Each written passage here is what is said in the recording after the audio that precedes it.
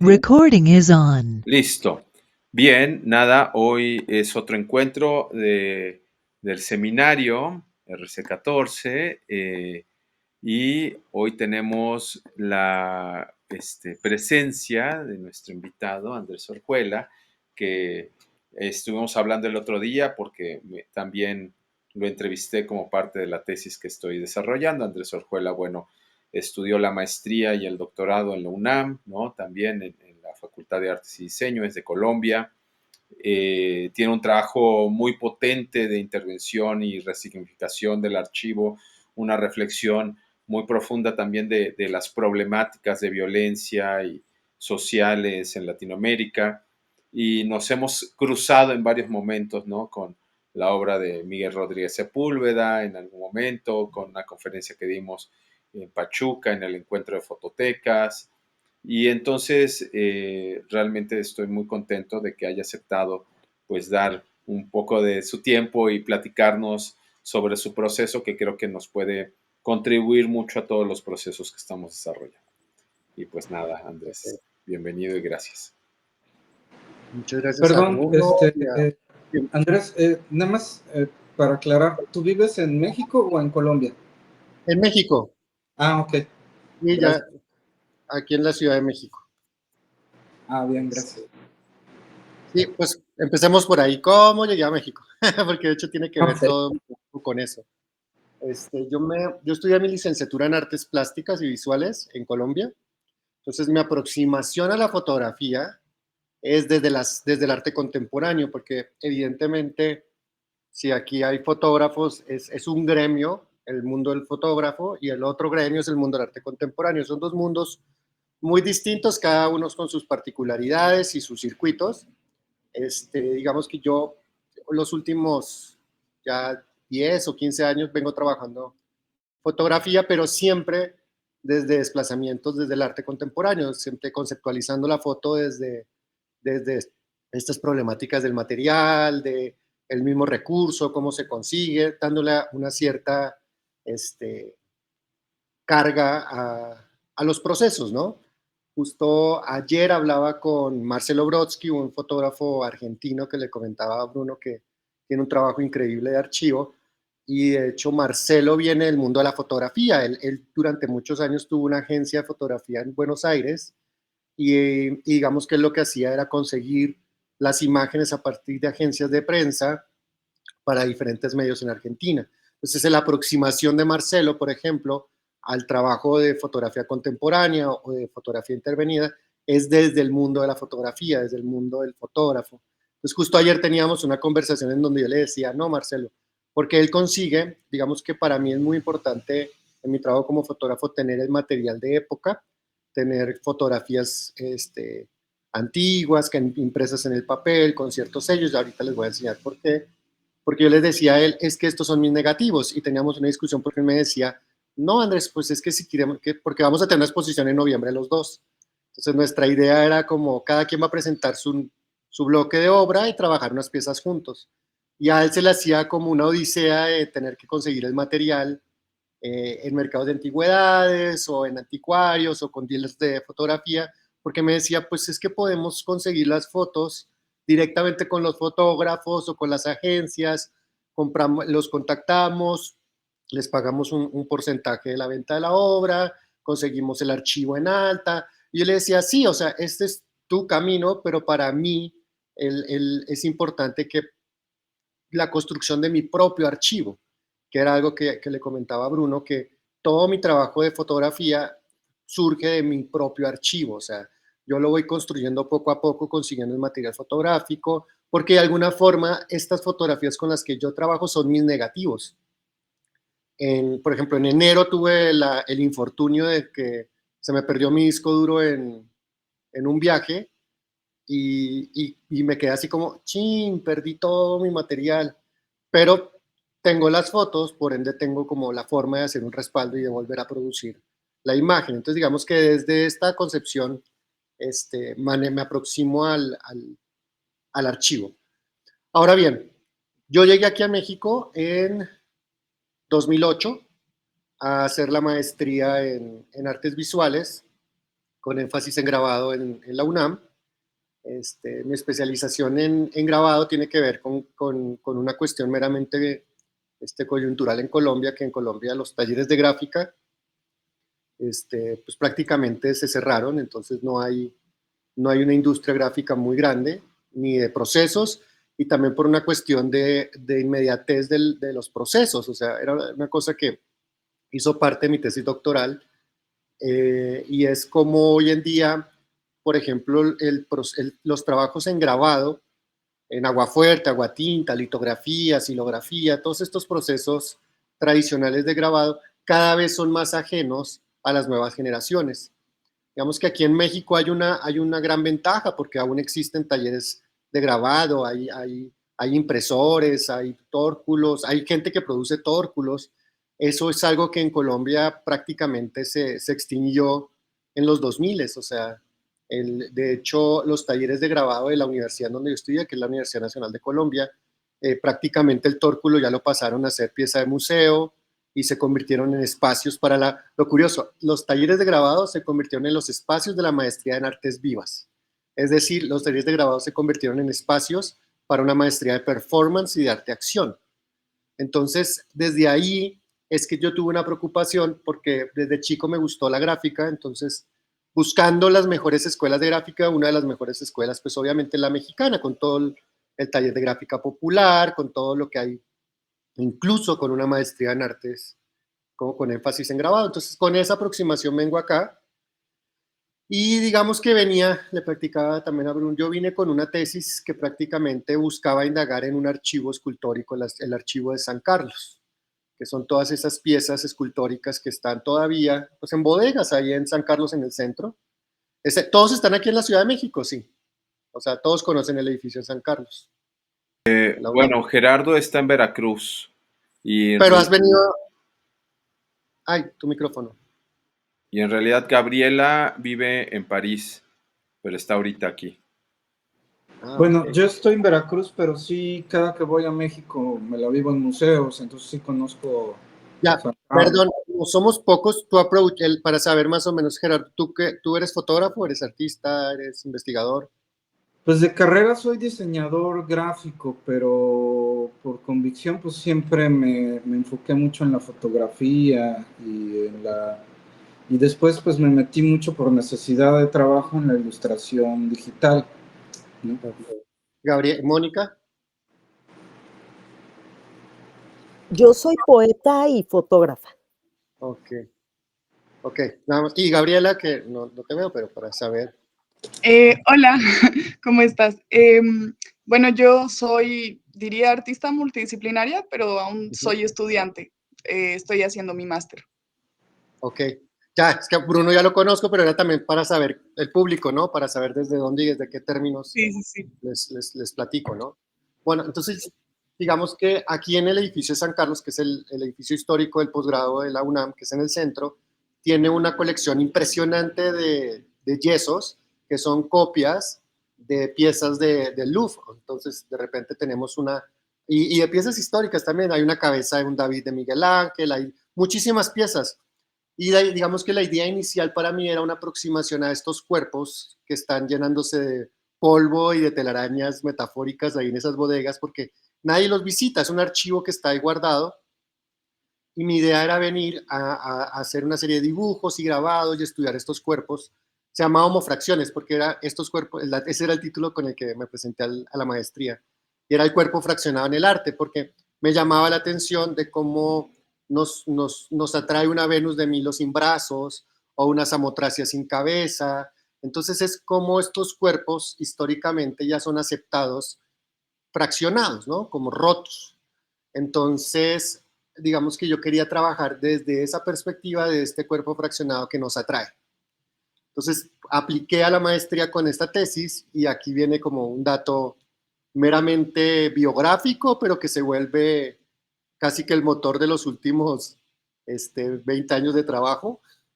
Y es que yo llego un 24 de agosto del 2008 a México, que es un miércoles, no, mentiras, un jueves, y el viernes voy a presentarme en el posgrado en San Carlos, porque llegué tarde y estaba en una residencia artística en Panamá, entonces llegué tarde al posgrado, me dieron chance. Cuando llegando a Bellas Artes, que para mí es como mi encuentro como extranjero, es cuando ves el Palacio de Bellas Artes, dices, ah, estoy en México. Yo llevaba 24 horas en México y llego al Palacio de Bellas Artes, el Zócalo, pero ahí en Bellas Artes había un puesto de revistas y de repente me impresionó, o sea, llevaba menos de 24 horas en México y veo un puesto de revistas de nota roja y veo pues un muerto, 12, bueno, el titular era 12 decapitados en Yucatán. Me acuerdo perfecto, que lo compré, o sea, me ganó el morbo porque dije, esto está raro, o sea, ¿cómo publican estas imágenes que solamente ya en el mundo del internet se veían en estas páginas horribles de Snap y de Gore, que en los principios de la internet eran como más masivas? Y que Entonces, si las pusieras ¿cómo en Facebook te las quitan, ¿no? se las quita? Hoy en día ya hay unas políticas de la imagen, pero si recordamos en los finales de los 90, los 2000, bueno, no sé qué tan, o sea, yo siempre tenía un acercamiento a las imágenes crudas, entonces me acuerdo de hasta los nombres. Una era Rotten.com, Show No Mercy, que eran páginas donde podías ver accidentes, muertes. Ya ni me pregunten por qué veía eso, pero es parte de mi trabajo. Pero eso lo veía adolescente, entonces dije, pero esto yo lo veía en Colombia, pero en internet y en páginas restringidas, y aquí lo publican y está en la calle, o sea, la gente ve a estas personas muertas en la calle. Entonces lo compré y digamos que aquí hay una reflexión también meramente contextual, y es que mucha gente me ha cuestionado de por qué me atrajo eso si vengo de Colombia. Entonces dicen, sí, pues Colombia es un país muy violento, continuamente en guerra, pero resulta que aquí voy a hablar una parte histórica que tiene que ver también con las políticas de la imagen. En Colombia hubo un periodo de la historia que fue entre los 40 y los 50, que se llamó el periodo de la violencia. Es curioso, así se le bautizó a ese periodo. Y fue una violencia partidista en donde liberales y conservadores se enfrentaron, que de hecho es parte del origen del conflicto que todavía hasta el día de hoy vivimos en Colombia. Las FARC, el ELN, y todos estos grupos guerrilleros surgen en estas diferencias partidarias, ¿no? Pero entonces en esa época, como existía, o sea, la forma de generar terror en el bando contrario consistía, y acá hay un libro que se llama Matar, Rematar y Contramatar, de una antropóloga que se llama María Victoria Uribe, que es un libro casi que para estudios de violencia y de imagen es fundamental, porque María Victoria plantea una tesis, y es que en este periodo de la violencia, las bandas contrarias, cuando se enfrentaban, dejaban mensajes sobre los cuerpos. La primera forma de dejar un mensaje, o decir, o sea, está el matar, que es el momento en que asesinas a la persona. El rematar es cuando le haces una serie de cortes, y la contramuerte es cómo exhibe su cuerpo, ¿sí? Entonces, digamos que en un principio, cuando se exhibía el cuerpo, en el texto decía que se les dejaba cajetillas de cigarrillo con textos encima, como las narcomantas o las cartulinas que vemos aquí en México, ¿no? Eso se hacía ya en los 40 y los 50 en Colombia para dejar un mensaje al bando contrario. Pero estas cuestiones, cuando se enfrentan bandos contrarios, siempre se busca lo que yo llamo como exponenciar la violencia para generar un mayor impacto en el otro, que fue lo que pasó aquí en el gobierno Calderón. Es cuando se desató la violencia, es cuando quieres generar mayor terror en el otro. Entonces, en Colombia, en la época de la violencia, se generaron diferentes cortes o incisiones en los cuerpos para presentarlo de una forma terrorífica frente al otro. Y eso se le llaman los diferentes tipos de corte. De hecho, se acuña un término que si ustedes lo buscan en internet, es el Colombian tie, o el corte de corbata. Es un corte en el que se ejecuta a la persona, pero luego se degolla y se saca la lengua por la garganta. Ese es el famoso Colombian tie o corte de corbata. También está el corte de florero, que es como el más sanguinario, entre comillas, que es descuartizar el cuerpo, abrir en canal el torso e introducir las extremidades en el pecho, construyendo un florero. Pues digamos que esta serie de cortes o incisiones en los cuerpos se desarrollaron en la década de los 40 en Colombia. Y en Colombia, evidentemente, pues esto es bárbaro, esto es un nivel de barbarie, un nivel de exposición visual muy fuerte. Sin embargo, cuando entran los grandes medios de comunicación, que entran los noticieros, los videos, la fotografía, y como realmente es una de las pequeñas diferencias entre México y Colombia, y es que en México la violencia no ha llegado a las grandes ciudades, digamos, la violencia del crimen organizado. Evidentemente aquí en Ciudad de México hay asaltos, hay robos, hay violencia en Tepito, ahí están las bandas, pero en Colombia en la década de los 80, que es aquí cuando ya llegamos al gran despliegue de la violencia en Colombia, la guerra de los narcos y la guerra de las guerrillas, es cuando tú como ciudadano ya no te sientes seguro en ningún lugar del país. Es decir, los que vivíamos en Bogotá o los que es como si viviéramos aquí en Ciudad de México, cuando Pablo Escobar empieza a poner bombas en la ciudad, pues evidentemente ya nadie está seguro. Entonces aquí, digamos que yo siento en Ciudad de México siento una tranquilidad que no se sentía en esa época en Colombia, porque aquí tú sabes que puedes ir no sé, a Antara o vas a un centro comercial, vas al centro y no sientes que corra peligro tu vida porque alguien vaya a poner una bomba. Eso nos pasó a nosotros los colombianos y también los secuestros por parte de la guerrilla. Yo creo que toda familia en Colombia tiene un caso de un secuestro o de alguien que la asesinaron. La tragedia colombiana atravesó toda la sociedad.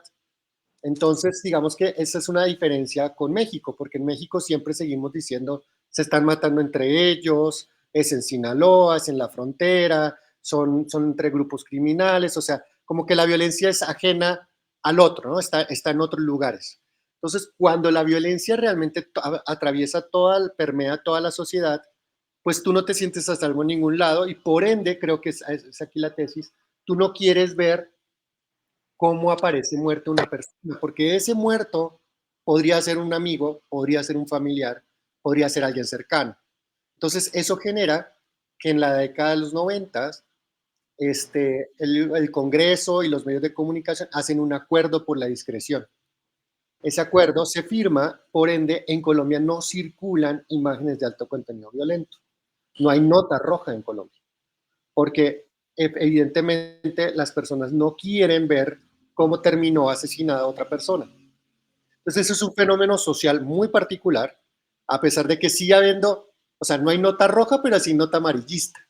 Entonces, de repente sí está el Cube o periódicos así que manejan, como hablábamos con Bruno, la chica con traje de baño y de repente la imagen de asaltaron a tal y con el titular cómico.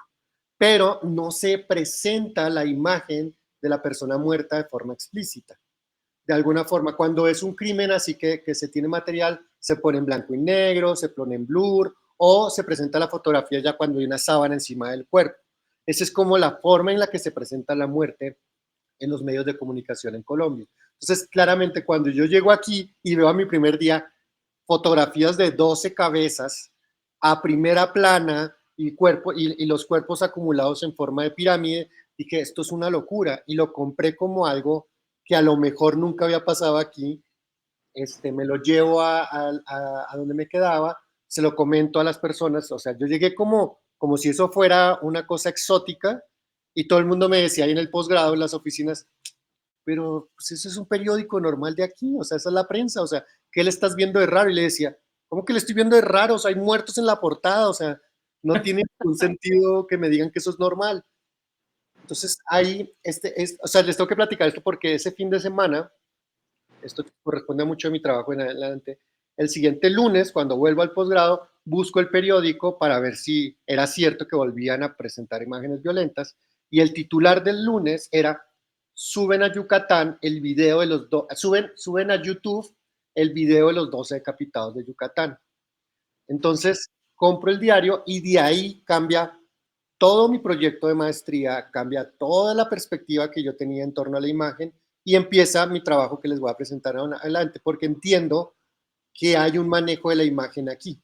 O sea, que el crimen organizado entiende que grabando las ejecuciones, subiéndolas a YouTube, garantizan que el periódico extraiga las imágenes del video, se publique en el periódico y el bando contrario reciba el mensaje de nosotros, si tú me mataste a 4, yo te decapito a 12. Entonces, eso ocasionó, o sea, yo llego aquí como les decía, en 2008, pero entiendo que el sexenio de Felipe Calderón, al abrir la guerra, hace que los bandos empiecen a enfrentarse y eso hizo que la violencia, que la curva exponencial de violencia aumentara en México, porque entre bandos tenían que presentar un crimen más bárbaro que el otro para generar más miedo y tener más poder sobre el territorio. Entonces, por eso para mí es muy paradójico el año 2012 cuando se cierra el gobierno Calderón, porque hago una pieza, que aquí ya voy a empezar a compartir pantalla, hay una pieza de mi portafolio que les quiero presentar. Compartir pantalla. Es el tercer botón, una como pantalla con una flechita. Sí. Ajá. Pantalla de Chrome. Yo le pongo pantalla completa generalmente. Pero... Sí, creo que es más fácil para no tener que seleccionar. Ok. ¿Ya están viendo mi pantalla? Sí. Está en negro. ¿Ya están viendo las ahora, alarmas? ahora sí. Ok. Entonces, digamos que el trabajo de los muestrarios o mi trabajo con la nota roja tiene diferentes ramificaciones. Hoy les voy a presentar una de esas ramificaciones. Si nos queda tiempo y tienen más curiosidad, les presento otros proyectos que hice. Pero digamos, uno de los proyectos es este, que es el muestrario que, digamos que a partir de la cantidad de titulares de nota roja, empiezo a dar cuenta de la cantidad de sangre que se publica. Sin embargo, pues ya aparte de la investigación, me comentan que el diario como insigne y realmente como el padre de la nota roja en México es la revista Alarma, que es una revista histórica de nota roja y que se dedicaba enteramente a este tipo de publicaciones, ¿no? Entonces, digamos que yo me aproximo a la Alarma, la consigo y evidentemente, pues su trabajo era bastante explícito. Entonces, digamos que aquí lo que pueden ver es que a la izquierda está el titular que dice entuercen dedos, está esta persona con este mensaje. A mano derecha, si pueden ver en el brazo, empiezo a extraer una muestra de esa sangre que está en esa playera y queda un punto de sangre, que es lo que ven abajo a la derecha, el puntito nada más. Entonces empiezo a extraer las muestras de sangre, por eso se llama muestrario, porque de alguna forma empiezo a darme cuenta de la cantidad de fotografías donde hay, o sea, a color, donde hay sangre expuesta de personas muertas. Entonces, la forma para aproximarme al fenómeno de la violencia en México y en general los fenómenos de violencia, digamos que si viene desde una posición donde no me interesa transgredir al espectador, sino más bien generar una conciencia en torno a la problemática. Aquí, ¿cuál sería la problemática, digamos que según yo, y es el consumo de estas imágenes, el consumo de imágenes violentas que de alguna forma te anestesian y hacen que la persona se les haga común ver personas muertas, pero digamos que en la lógica general, pues no está bien que nos acostumbremos a estos niveles de violencia. Entonces, digamos que lo que hago es empezar a catalogar las muestras, empezar a ponerlas en porte y objetos de laboratorio como si fueran muestras de sangre real. Entonces, y aquí viene un trabajo que para mí es muy importante en el sentido en que cuando se habla de problemáticas de violencia, por lo general se hablan de cifras y eso sigue pasando hoy en día, ¿no? O sea, cuando hablamos de, por ejemplo, de lo que está pasando en Gaza o lo que pasó en Israel, es que dicen, no, es que en el 7 de octubre Hamas mató a tantos, es un número, y entonces Israel ha matado a tantos, es otro número, ¿no? Y aquí en México igual, y en Colombia también, es que van tantos asesinados, tantos muertos, tantos líderes, se vuelven cifras. Entonces, digamos que para mí como artista era importante el nombre de la persona, o sea, que si yo voy a hacer una pieza que va a reflexionar en torno a la muerte del otro, ese otro no sea un número más. Entonces, al tener la publicación de Alarma, lo que empiezo a sacar son a extraer todos los datos posibles que pudiera tener de esta publicación. Entonces, tengo la fecha, tengo pues el consecutivo del número de muestras, tengo la ciudad, tengo el titular, de repente leyendo la noticia, pues aquí lo pongo como balazo la noticia, saco cómo murió, en qué página, el nombre y la edad en la medida de lo posible que salga publicado en el artículo, ¿no? Entonces, digamos que los muestrarios los empecé a hacer en 2010. Empecé a hacer los primeros muestrarios que eran muestrarios de una semana, muestrarios de de un mes. Entonces empezaba a sacar como estas piezas y luego surge la invitación de unos curadores para hacer una exposición en el Museo de la Ciudad de Querétaro. Y entonces era una exposición que se llamó Visible Invisibilización, que era Arte y Violencia México-Colombia. Entonces nos invitaron como a un grupo de artistas colombianos, un grupo de artistas mexicanos, y fue una exposición muy bien planeada. Entonces un año antes surge la invitación y es justo durante el año 2011. Entonces les digo, me gustaría hacer una pieza que reúna absolutamente todo el año 2012 de Revistas Alarma. Permítanme hacer esa pieza y entonces aquí viene como dato anecdótico, Este, digo, ¿perdón? Una pregunta. Dime. ¿Existe un motivo específico para que las fichas estén en inglés? Están en inglés y en español realmente, o sea, están en los dos idiomas. Ajá. Tiene que ver con otra pieza, el uso del inglés tiene que ver con, es que no sé si aquí, no, es que está muy baja la resolución. O sea, este está todo en español. Ajá. La explicación aquí es como porque pues siempre presento esta presentación como que me ha servido en varios momentos para darla, pero no, o sea, tengo los dos datos en inglés y en español. El inglés lo uso porque hice otras piezas que consistían en videos de ejecuciones, bueno, de decapitaciones aquí en México, que lo que hice fue subtitular todos los videos. Mira, acá está. No sé por qué, como que se tarda en cargar y se hace. Pero bueno, Borroso. Ajá. digamos que la idea era como que siempre consumimos como estas películas de terror en inglés con subtítulos en español. Entonces en algún momento hice unos videos que se llaman Psicofonía Goliat, que consisten en conseguir videos de ejecuciones reales aquí en México, subtitularlos en inglés y subirlos a YouTube. Entonces se vuelven como un juego ahí, entre comillas, con el idioma. Pero el muestrario como tal es en... Respuesta, ¿no? ¿Perdón? Como una respuesta Sí, como una respuesta. o una contrapropuesta, no sé. Sí, entonces digamos que el muestrario, bueno, los datos van en español y en inglés. Digamos que luego saqué un libro que está en los dos idiomas. Pero digamos que en un principio el museo claramente pues te pide las condiciones de la pieza. Entonces yo les dije, mire, hice una regla de tres tonta, porque pues nunca iba a saber cuántos muertos iban a salir en un año.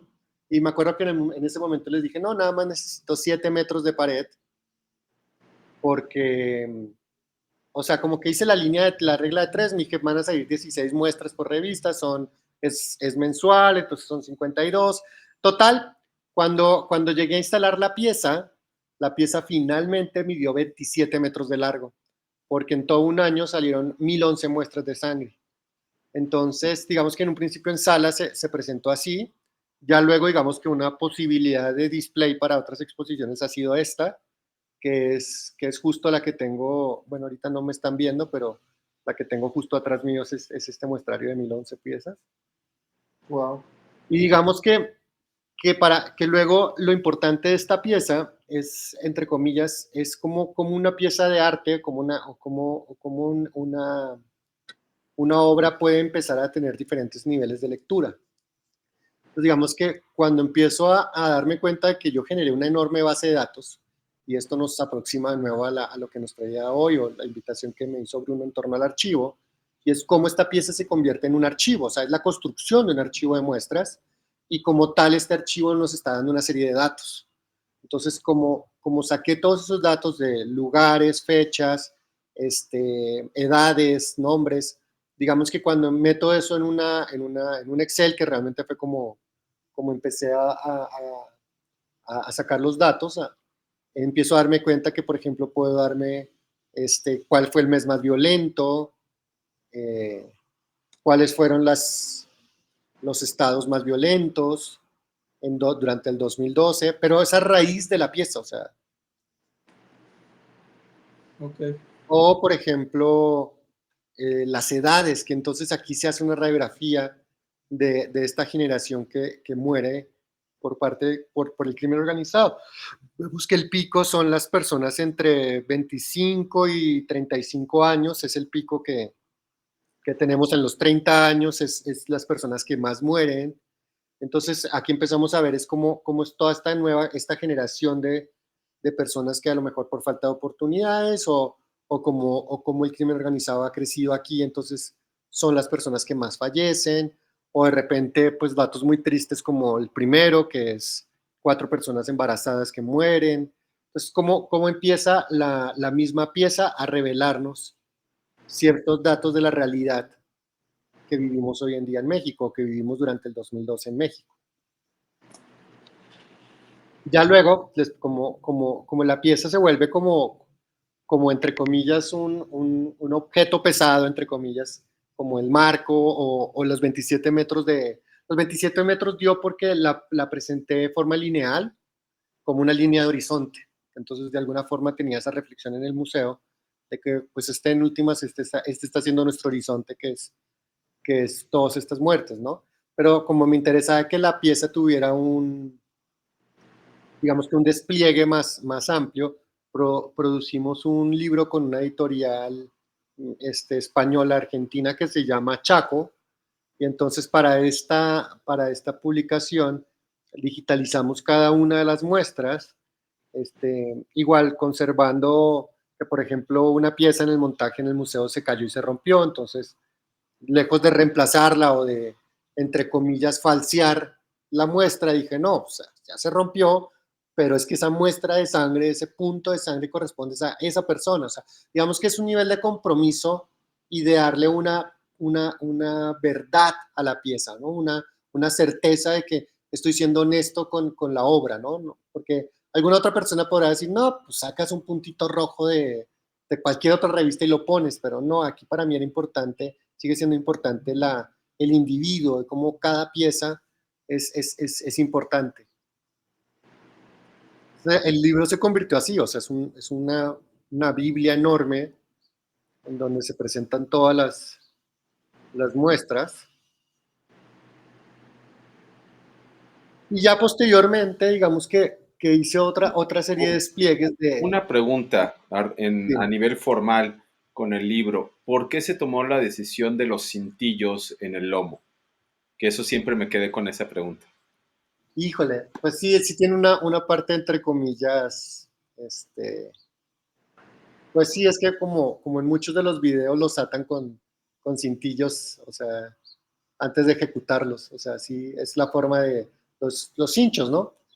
De Sí, usar cinchos para exacto. amarrar las personas. Entonces, en varios de los videos que he visto de ejecuciones usan cinchos para moverlos. Igual aquí, bueno, la policía en muchas ocasiones también pone cinchos cuando no tienen esposas. Entonces era la idea de tener aún ese elemento, ¿no? Y digamos que también el formato que elegimos es como generar una caja, un ataúd, o sea, un volumen que sea como un ladrillo, ¿no? Entonces sí también por eso se decidió ese número de piezas por hoja para tener ese formato de, de ladrillo. Déjenme, aprovechando que estamos aquí, se los muestro.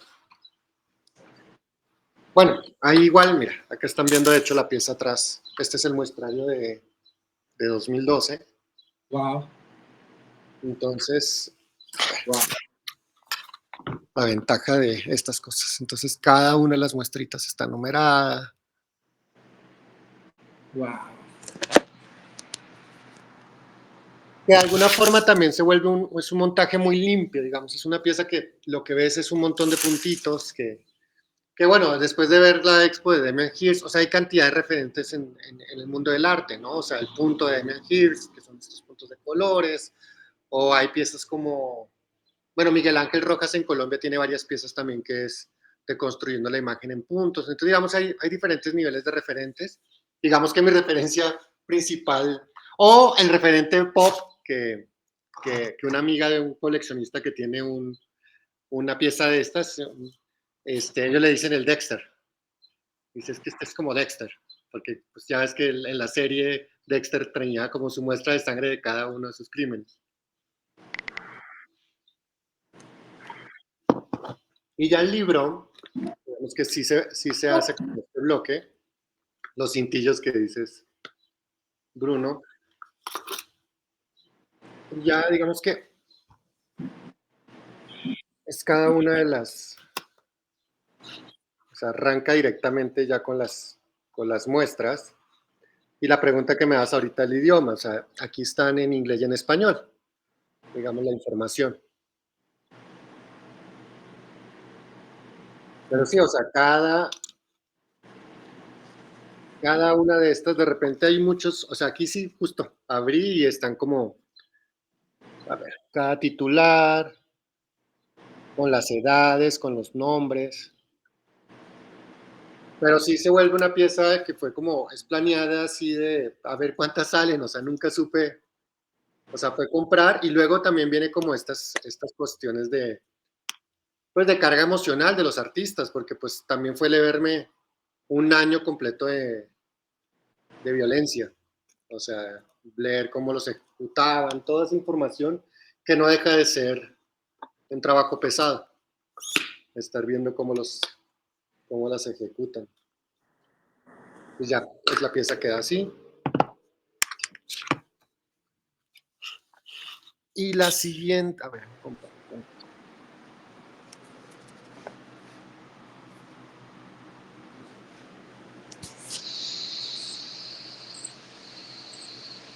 digamos que otro despliegue que tuvo esta pieza es que ya con los datos y con las, evidentemente pues yo tenía todavía las revistas, empecé a hacer estas piezas que son las constelaciones, que básicamente consistía en, No, no estás compartiendo pantalla, ¿no? A ver. no.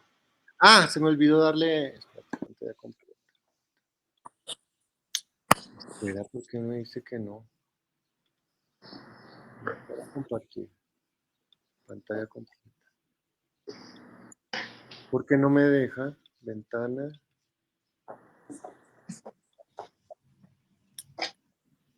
Para compartir audio, comparte una pestaña. No me está dejando. ¿Se frició? Ok. Es que le pongo pantalla completa. Ah, mira, ahora sí.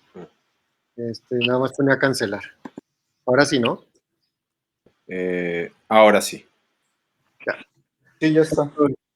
Entonces, digamos que a partir de un programa de computadora, de astrología, poniendo latitud, longitud y fechas, pude extraer como las estrellas sobre el cielo mexicano en cada uno de estos meses. Entonces reemplazaba cada una de estas estrellas por trozos de estas imágenes, generando estas constelaciones o estos mapas astrológicos, que digamos que también tiene esta relación con que muchos de los destellos son cuando las estrellas explotan y mueren, y pues apenas nos está llegando la luz, pero hace millones de años que no existen estas estrellas, ¿no? Entonces digamos que tiene esta relación también con el tiempo y la muerte, esta obra, ¿no? Esta pieza la presenté en Michoacán, en el Museo Alfredo Salce, donde cada uno de los meses del año se construyen estas diferentes constelaciones.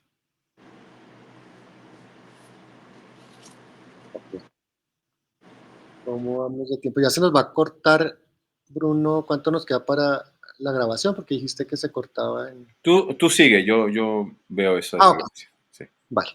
Entonces, y aquí voy a pasar a platicarles del proyecto, digamos, más amplio que tengo en torno al archivo. Y es que, digamos que todo este trabajo que les he platicado hasta el momento es un trabajo que hice aquí en México, ¿no? Entonces, llegué a trabajar directamente con Alarma, o sea, llegué a ir a sus oficinas, conocí al director, conocí a los fotógrafos, conocí a los periodistas, y a lo que digo es que llegué a trabajar, es que literalmente sí llegué a trabajar para Alarma como haciéndoles caricaturas de sus portadas, haciéndoles procesos como justo mencionaba Gerardo de que Facebook les censura las imágenes violentas. Les voy a mostrar rápido porque lo que hice con Alarma fue que precisamente como Facebook les bloquea las imágenes violentas,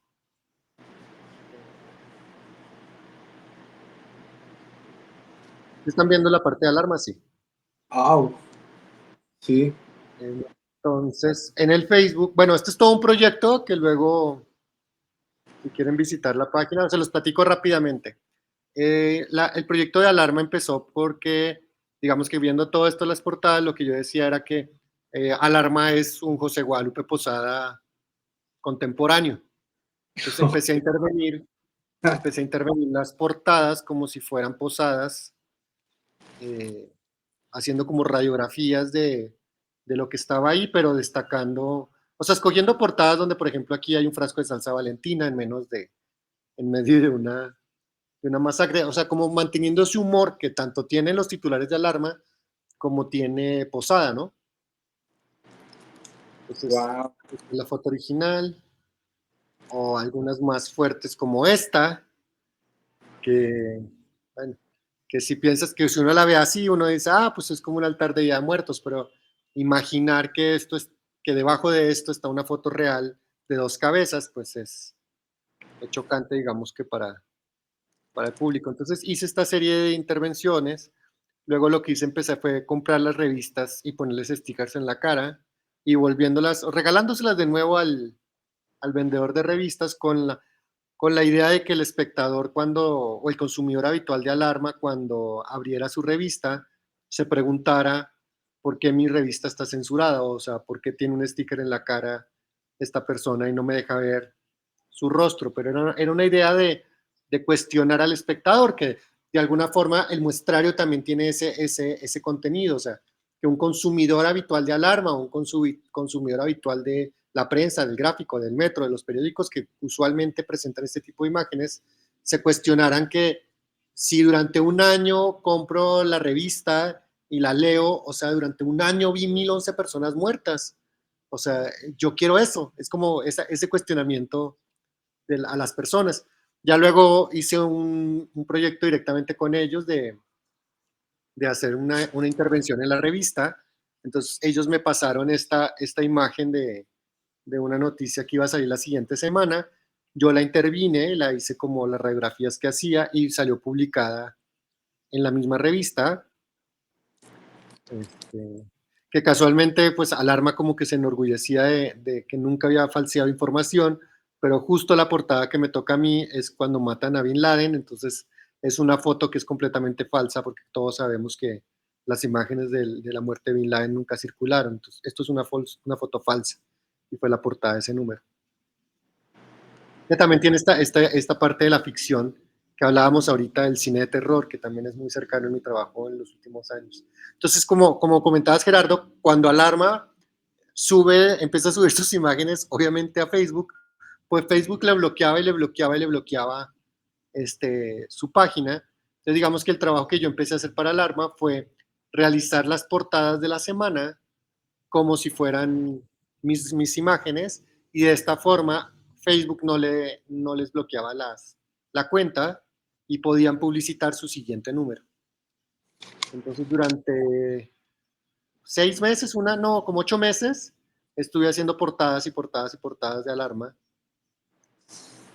Que en contraprestación yo no les pedía una remuneración económica, sino que me dejaran intervenir el número de octubre, el número de Día de Muertos, en el póster central donde salía la chica desnuda o la vedette, les pedí que me dejaran intervenir esa página ahí con esta máscara, que de alguna forma para mí cerraba ese proyecto de Alarma, porque si bien empecé yo haciendo una radiografía a la revista, luego empecé a ponerle los stickers a la imagen, entonces de esta forma era como ponerle un sticker o jugar directamente con el consumidor de la revista, que al recortar la imagen y al usar esta máscara y mandarla a una sección que se llama el Club de los Alarmos, de alguna forma se cerraba por completo el proyecto porque aquí la calavera ahora era el consumidor de la revista.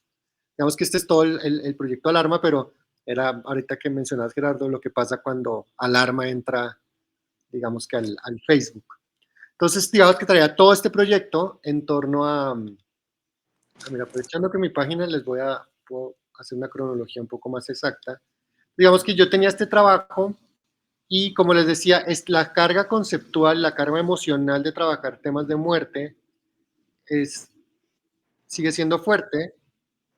Entonces, digamos que llega un punto en el que yo ya decido no trabajar más con Alarma. Dije, ya, terminando los muestrarios, terminando el muestrario del 2012, dije, necesito como descontaminarme de esta carga de imágenes, necesito no ver más muertos por un tiempo. Entonces empecé a comprar muchas flores en mi casa, yo vivía en Xochimilco en esa época. Entonces empecé a comprar muchas flores, sin embargo, es curioso porque lo hablábamos lo he hablado con muchos artistas en el último tiempo, cuando te especializas en un tipo de trabajo o estás enfocado en cierto tipo de materiales, como que el material o la vida te fuerza a seguir trabajando en ese tema. Entonces digamos que yo estaba llenando mi casa de flores, me voy a Acapulco de vacaciones y cuando vengo regresando de Acapulco de vacaciones me toca ver cómo lanzan un cuerpo en la carretera en bolsas de plástico. O sea, veo como, o sea, iba en un coche y mi amigo, en lugar de acelerar, como que el susto levantó el pie del acelerador, entonces fue como de película ver cómo estaban arrojando partes de cuerpo en la carretera y una parte era como una bolsa negra de plástico. Entonces fue como horrible ver esa imagen, pero llego a mi casa y como había sido un fin de semana de vacaciones, todas las flores que había comprado el fin de semana anterior estaban en mi casa ya podridas, entonces cuando las voy a botar para cambiar los floreros, las boto en una bolsa negra, igual que como había visto los cuerpos, entonces como que me hace clic y digo, chin, yo estoy haciendo lo mismo, entre comillas, con las flores, y esa experiencia esa noche se traduce en este trabajo que se llama taxonomía postmortem, que son todas estas flores que digitalizo, y aquí este fue mi primer trabajo con fotografía, no tenía cámara fotográfica, entonces tenía un escáner de alta resolución y esta experiencia de la bolsa fue de noche, entonces abrí el escáner y dije voy a poner los pétalos de estas flores que estoy desechando y así salió este proyecto, que son básicamente flores escaneadas antes de ser desechadas porque ya cada tanto se cambiaban las flores, ¿no? Ya luego en 2016 hice un proyecto con una fosa común en Colombia. Este es un proyecto en Colombia. Entonces había una fosa común en la ciudad de Bogotá, hacia el sur de la ciudad, donde yo había hecho un video en 2004, no, en 2006 hice un video en esa fosa común. Y era en torno a que muchos sicarios iban a pedirle a las almas del purgatorio, porque pues estas almas que están en esta fosa común se dice que están en el purgatorio, entonces muchos sicarios van a pedirles favores a estas almas para que, entre comillas, como la expresión la vuelta o el crimen les salga bien. Entonces en 2016 vuelvo a esta fosa común y me doy cuenta que la han convertido en un parque para niños, literal. Entonces, pero que sin embargo, la gente sigue dejando flores y sigue dejando ramos de flores en la valla del parque porque saben que bajo ese parque para niños hay todavía partes humanas de personas desaparecidas, o sea, NNs.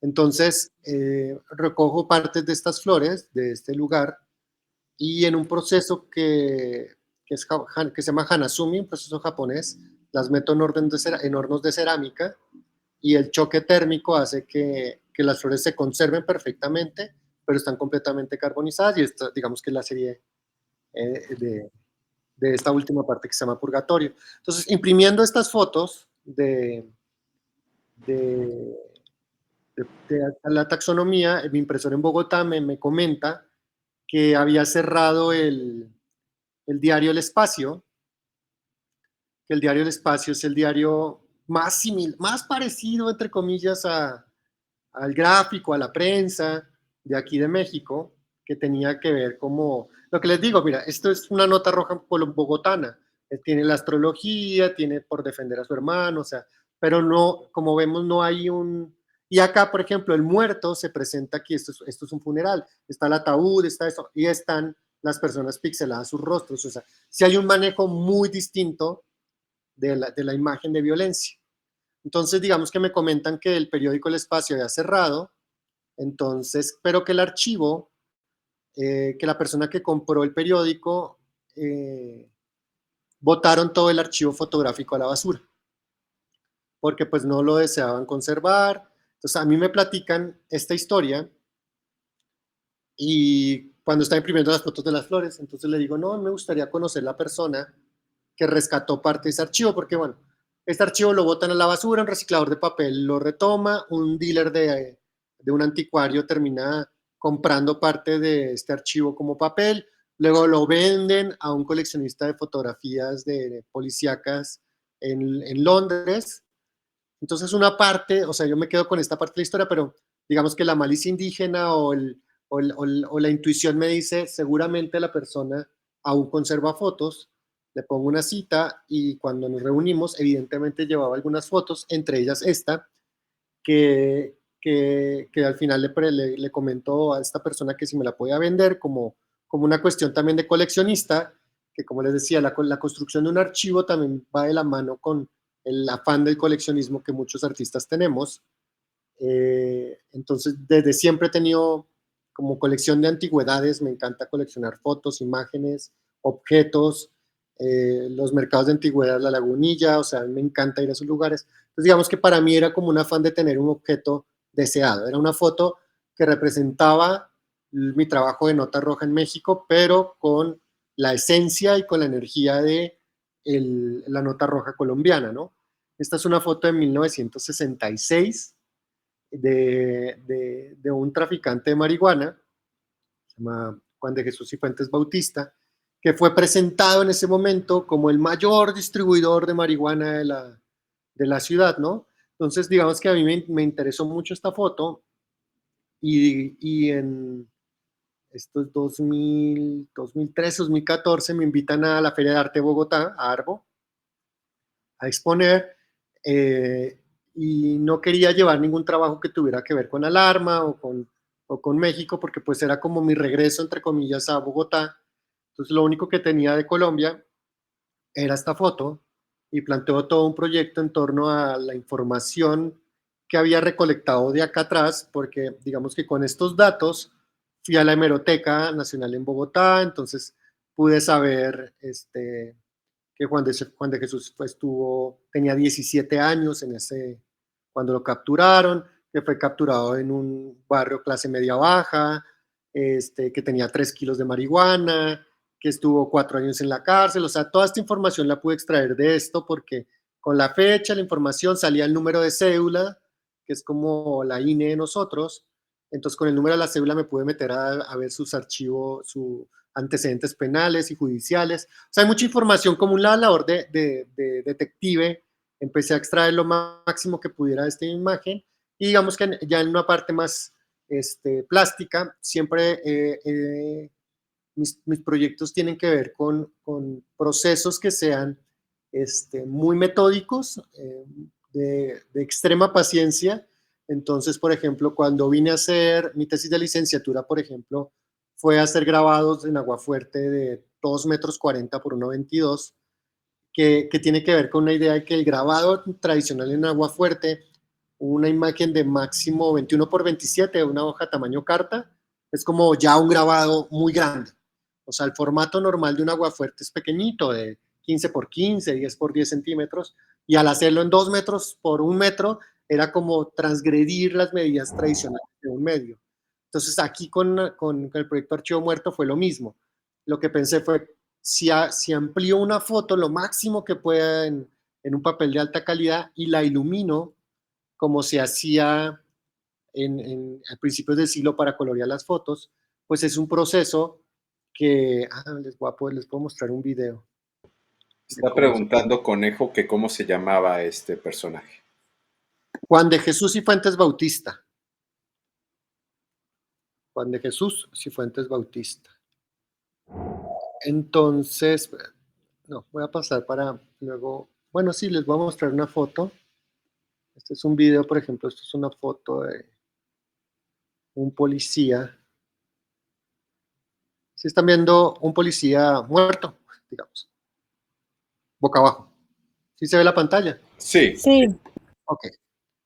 Por ejemplo, aquí voy a mostrarles un proceso de cómo se iluminan estas fotos.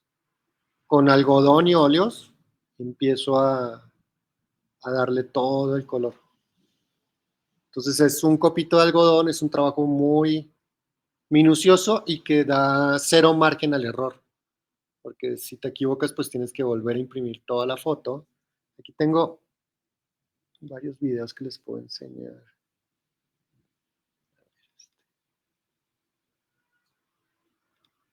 Aquí se puede. Entonces, digamos que sí son procesos como muy...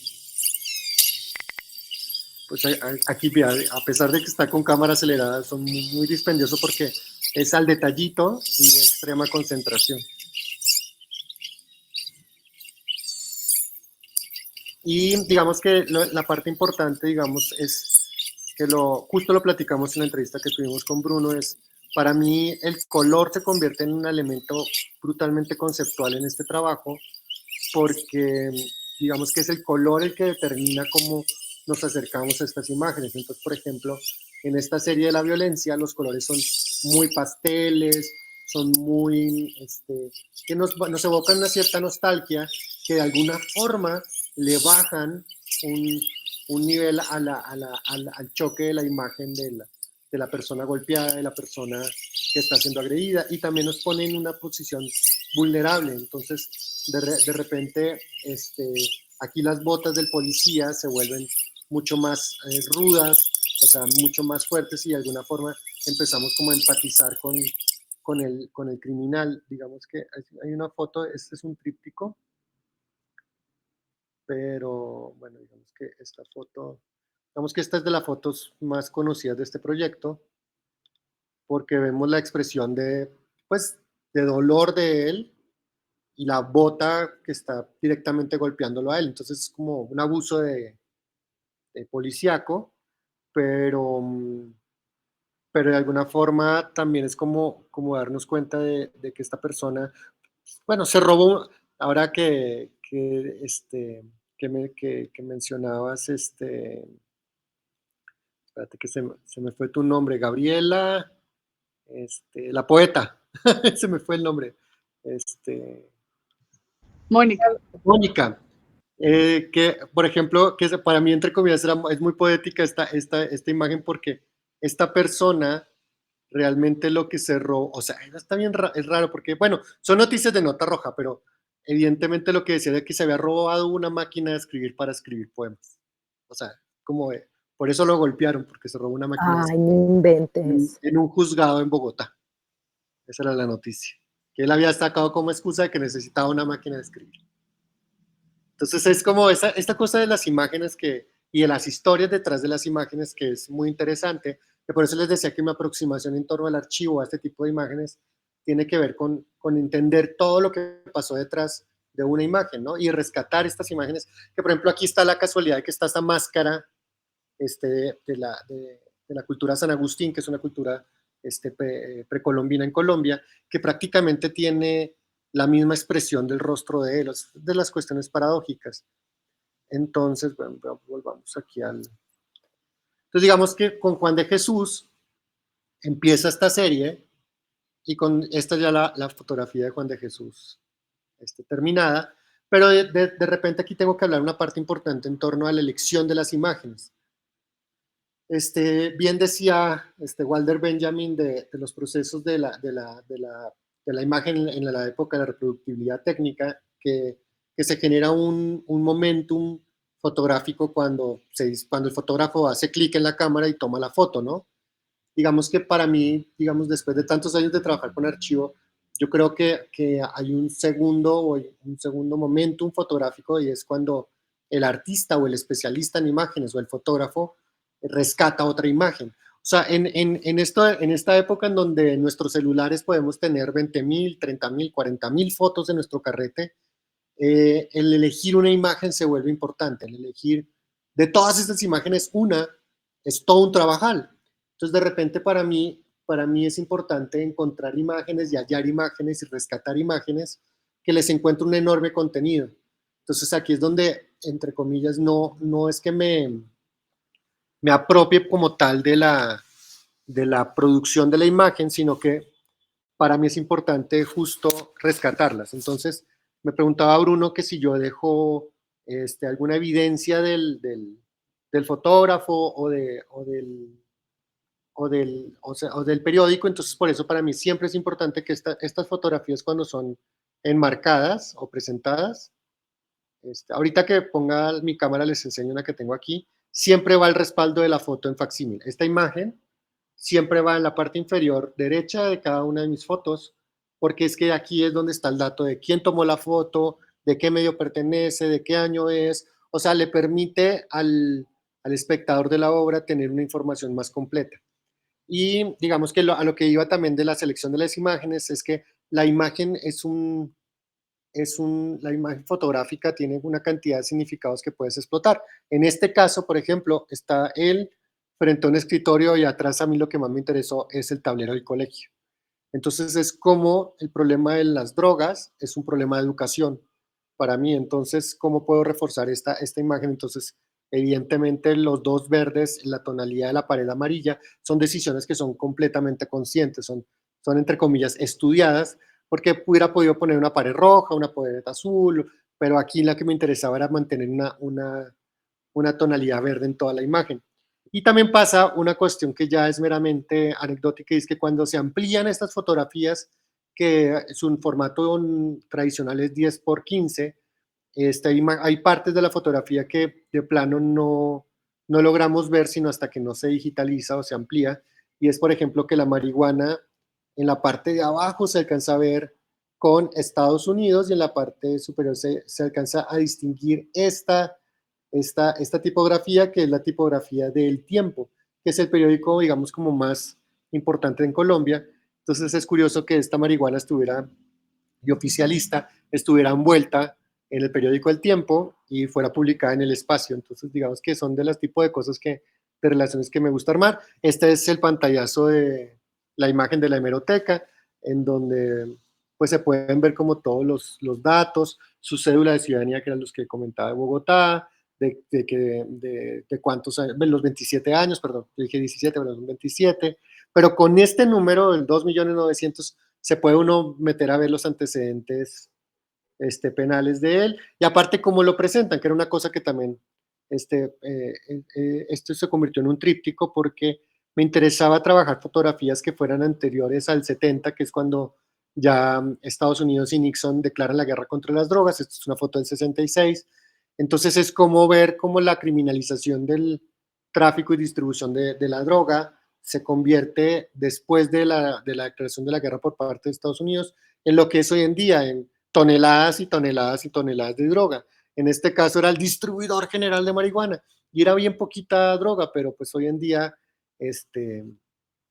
hablamos de toneladas. O por ejemplo, estos cultivadores que ahí viste traficantes de coca, pero la hoja es de marihuana. O sea, cómo existía un desconocimiento, y que se ve, si ven la imagen de estos personajes, son un par de campesinos que estaban cultivando eso en su terreno.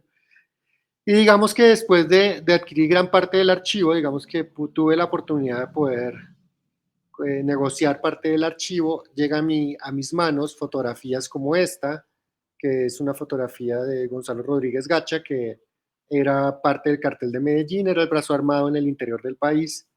Y cuando él muere, se publica esta imagen, que también era la imagen que se presentaba en los carteles de búsqueda y recompensa en Colombia, de la recompensa que da el gobierno colombiano por Gonzalo Rodríguez Gacha. Entonces, digamos que cuando hago esta imagen, también existe una conciencia de cómo se debe exhibir. Entonces, para mí era importante que Gacha no lo exhibiera yo como una persona, una persona del estrellato, como una personalidad de la farándula, sino que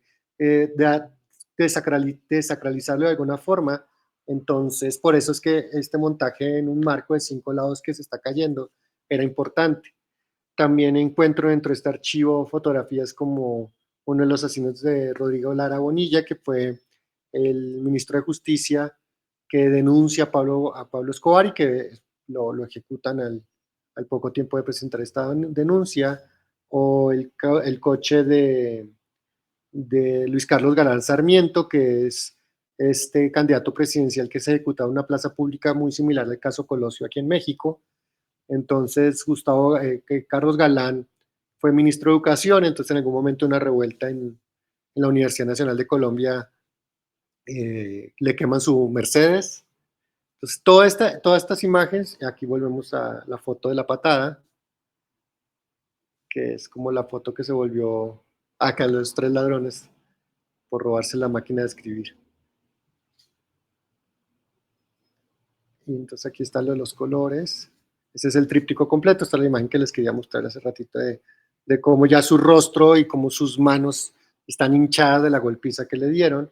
Y el formato de estas imágenes es bastante grande, ya en sala. Entonces sí, la relación 1 a 1, que para mí en los últimos trabajos está siendo muy importante, se establece con la fotografía, con la imagen. Luego pasa también de estas cuestiones como anecdóticas y mágicas del trabajo, y es que yo desarrollo esta pieza en 2013, pero de repente un amigo coleccionista me dice, yo esa imagen la he visto antes y rastreándola, pertenece a una imagen publicada en los años 70 por uno de los talleres más importantes de arte político en Colombia, que es el taller 4 Rojo, y Nirma Zárate utilizó la misma imagen en una de sus serigrafías. Entonces es curioso porque Nirma Zárate utiliza seguramente la imagen extraída del periódico y yo la utilizo, yo de repente obtengo el archivo original o la fotografía original que ella también destacó. Entonces, como la misma imagen, 2 artistas con casi 60 años de diferencia la trabajan, ¿no? Esto es en la Bienal de Mercosur, que ya empecé a hacer una serie de obras en donde me acerco al tamaño original de la foto y posterior a esta foto me planteó como la posibilidad de intervenir fotos originales. Entonces empiezo a intervenir parte del archivo, que eso era, que en su momento para mí era como, o sea, que era muy comprometedor porque es como cortar el negativo, comer el negativo, que bueno, Bruno le tiene menos, le tiene menos miedo a esto con quemando las imágenes, y eso me acuerdo que en Pachuca se generó bastante controversia por eso. Entonces digamos que yo me tardé, digamos, en intervenir el original, y ya cuando intervine los originales se volvieron piezas bien interesantes, porque empecé como a armar dípticos, a armar diálogos con las fotografías del archivo, jugar como, por ejemplo, con estas marcas rojas que son marcas del editor, que básicamente es con lo que se publicaba o no se publicaba en el periódico. Entonces, siguiendo las instrucciones del editor, ilumino una parte o no de la fotografía, o ya empiezo a hacer como intervenciones con textos, en donde, por ejemplo, esta fotografía parecía que era un arsenal guerrillero, y pues era una escopeta, o sea, como sus elementos de combate, o esta fotografía en donde mi única intervención es poner la palabra original. Todas las marcas que ven en gris, la barba, el bigote que le ponen al personaje, lo hizo el medio de comunicación, que de alguna forma delata, o la calavera que está en su chamarra en la parte de la espalda, de alguna forma delata la manipulación de los medios de comunicación, de cómo presentar a alguien de una forma más agresiva o más violenta, ¿no? Entonces aquí vemos cómo intervenían también la fotografía en el periódico, ¿no? Estos estudiantes de la Universidad Nacional. Aquí ya son unas piezas como frente al Palacio de Nariño. Y para cerrar esta imagen que para mí es importante, en la medida en que esta es una foto de la fosa común que les comentaba en el sur de Bogotá, que o sea, es un lugar, como les digo, como que ha vuelto a mí en diferentes momentos de mi trabajo, y en 2016 cuando volví a ese lugar, recordé que tenía una imagen dentro del archivo y la busqué, y efectivamente tenía una fotografía de parte del archivo de estas fosas comunes, y esta es una foto del 13 de noviembre de 1986. La fecha es importante porque 13 de febrero, perdón, porque en noviembre del 85 es cuando en la guerrilla del M-19 se toma en el Palacio de Justicia en Bogotá, que es el famoso episodio de la toma y la retoma del Palacio de Justicia, en donde mueren varios magistrados por la retoma por parte del ejército colombiano, que hasta el día de hoy hay personas desaparecidas que aparecen en videos, y salieron con vida del Palacio de Justicia, pero esto es un crimen de Estado porque son montados en camiones del ejército y desaparecidas. Entonces, digamos que el drama de los desaparecidos del Palacio de Justicia continúa hasta el día de hoy, y en 2016 resulta que, estando yo en Bogotá, un par de fotógrafos que habían estado no recuerdo de dónde son, creo que eran holandeses, aquí no sé si el artículo lo dice. Bueno, eran un par de fotógrafos que estaban en Bogotá en esa época y toman unas fotos de las fosas comunes, y resulta que a partir de estas fotografías que ven arriba, unos familiares del Palacio de Justicia reconocen a sus familiares y se exhuman los cuerpos, y resulta que en ese lugar habían un par de desaparecidos del Palacio de Justicia. Digamos que es una fotografía que se torna histórica en la medida en que, si esta foto es de febrero, seguramente aquí ya estaban los desaparecidos del Palacio de Justicia. Entonces, digamos que con esto concluyo lo que es Archivo Muerto. No sé si tengan preguntas o dudas hasta el momento. Conejo, ¿tú qué opinas? Para aventar al agua, Conejo. Hola, llegué un poco tarde, pero bueno, todo lo que nos muestras es muy interesante.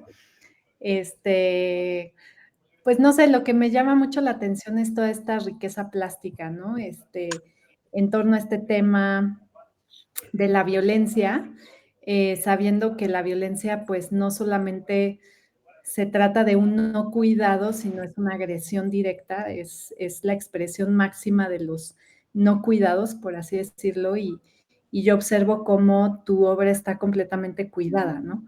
Así como mencionas, o sea, técnicamente hablando, ¿no? Plásticamente hablando, conceptualmente hablando, está súper cuidada. Entonces, así como mencionas esta parte de los colores pasteles, etcétera, que le bajan el nivel o la intensidad, pues pienso que también la práctica de una absoluta limpieza, porque también en el muestrario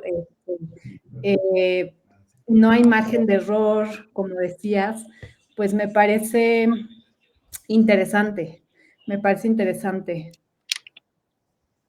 Es lo que podría decir. Gracias. Gabriela. Hola, Andrés. Sí, mira, yo sí tenía unas preguntas. Es más respecto a la técnica. Me gustaría saber más cómo haces para modificar, digamos, estas imágenes, cómo las coloreas. O sea, me dijiste que con algodón y con óleo, pero pinturas al óleo, o por lo menos la, la decisión de colores también es porque si utilizaras colores más fuertes podrías como dañar la imagen, o simplemente esta fue tu decisión por otras razones, no sé. Ok. Bueno, primero, aquí por ejemplo está mi copia de... Esta estuvo en una bienal de fotografía aquí al centro de la imagen, por eso la tengo aquí. Era lo que les decía, aquí en la parte inferior está el respaldo de la foto. Y sí, es una pregunta muy importante la que acabas de hacer, Gabriela, y el comentario de Conejo Soñador, ¿cómo te llamas? No creo que te llames Conejo. Puedo decir que me llamo Conejo, pero bueno, también Raquel. Ok, bueno, Conejo, ahorita ya complemento con lo que tú decías, porque sí hay una importancia en el material y en este trabajo fotográfico y de intervención en las fotos que yo lo he llevado, ahorita lo llevé a un nivel más adelante con el último trabajo que he hecho. De hecho, en este momento está en España exponiéndose, pero ahorita se los voy a presentar porque, digamos, ¿cómo ilumino las fotografías? Esto es una parte importantísima porque, como bien lo mencionas, Conejo, digamos que yo no dejo, o sea, digamos que como artista, mi formación como artista contemporáneo en Colombia, que tuve unos maestros muy particulares, porque hemos lo que hemos llegado a la conclusión, los de mi generación, porque casualmente, haz de cuenta, los artistas que están 10 años más arriba que yo en edad, que pasamos por esa misma universidad, casi que llegamos a decir que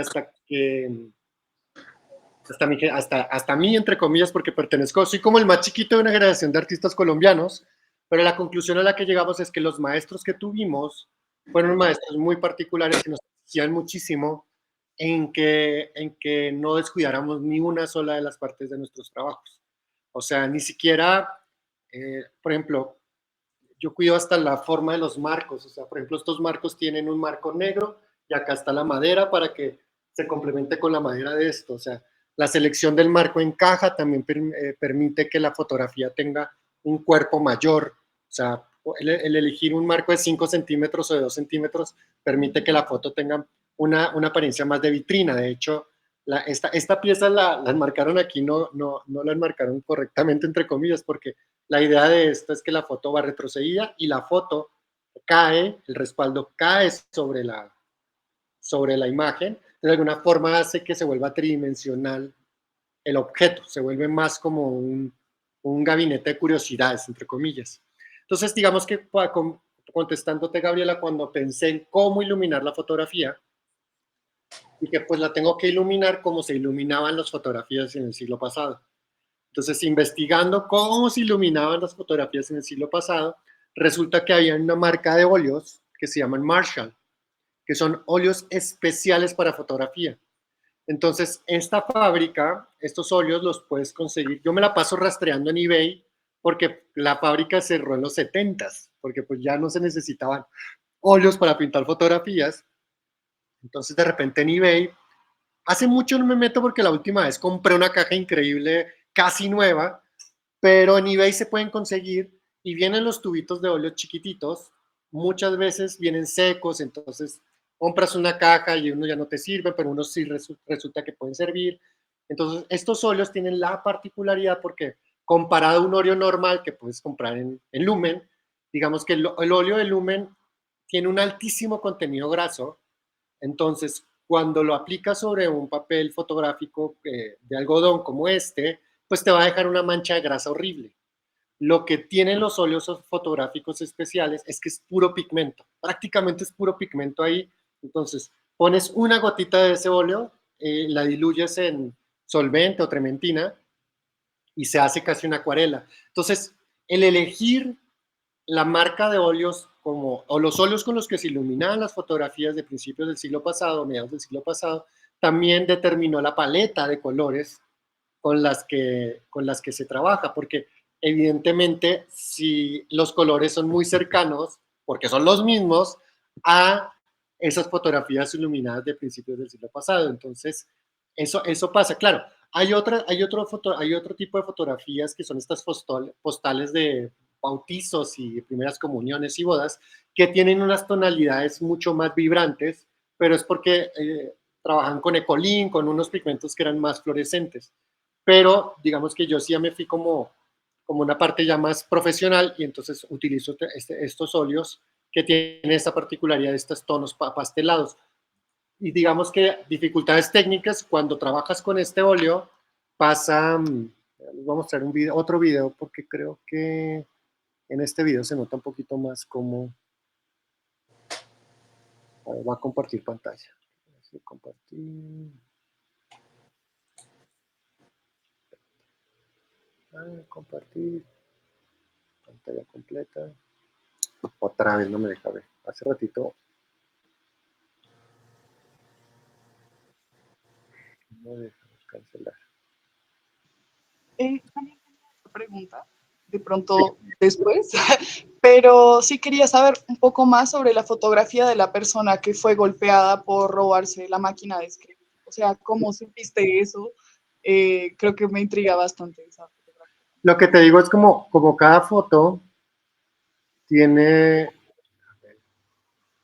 cada fotografía como son, es que no entiendo porque pantalla completa me dice, que no me deja, pero hace ratito pasó lo mismo. Cancelar, cierro aquí, el tercero. ¿Será que tienes que darle un clic a la pantalla porque se pone como con un marco azul y ahí ya te deja? Sí, era eso, ya. Sí. Ahora sí.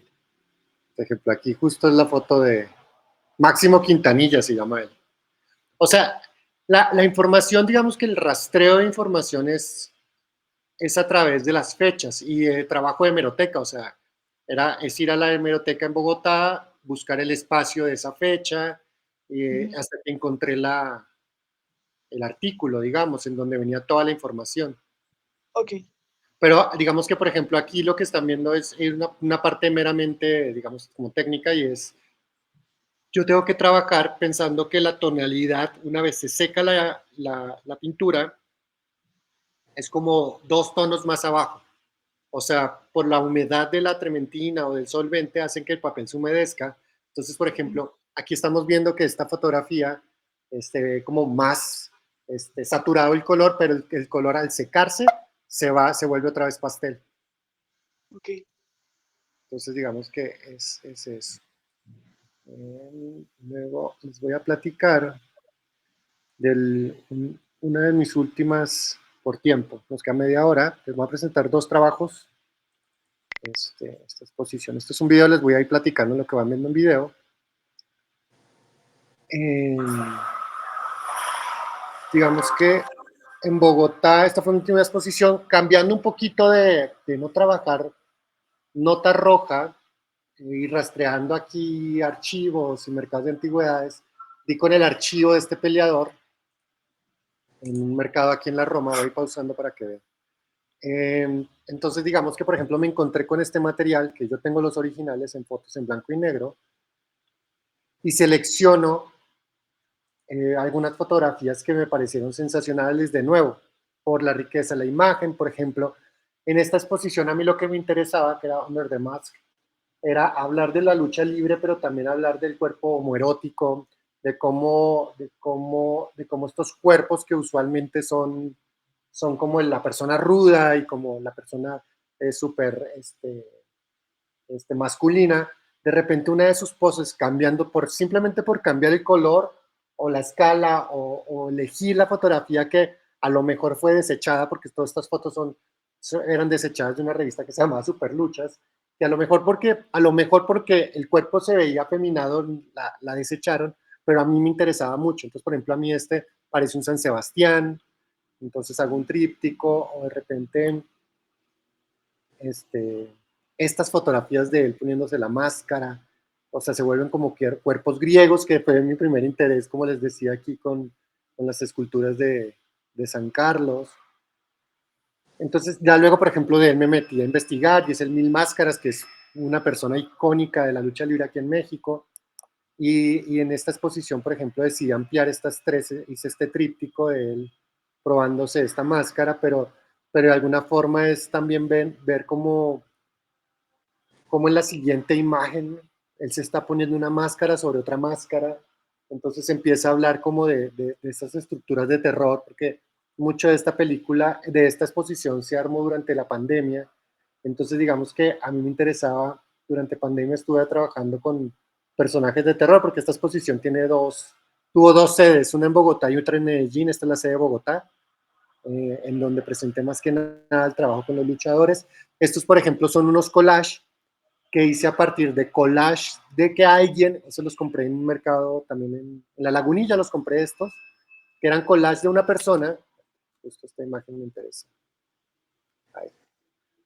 El collage, por ejemplo, en este caso, el que está con azul y de las máscaras, era un collage que alguien hizo, un aficionado a la lucha libre, y yo los compré y mi intervención consistió en intervenir estos collages con otros elementos, en este caso puse estas máscaras y continúo con mi trabajo en alarma, o sea, como que siempre trato de darle una continuidad a mi obra, entonces tengo una colección enorme de alarmas de los 70s, 80s, entonces empecé a intervenir estos collages que son como los 70s, 80s con recortes de la revista Alarma y por ejemplo acá abajo el que está en la parte inferior, el poner la torre latinoamericana ahí, y el sexo es vida, o una lectura de tarot gratis. O sea, como que dan una lectura distinta al, al collage de los luchadores, como lo había pensado en ese momento la persona que los hizo, porque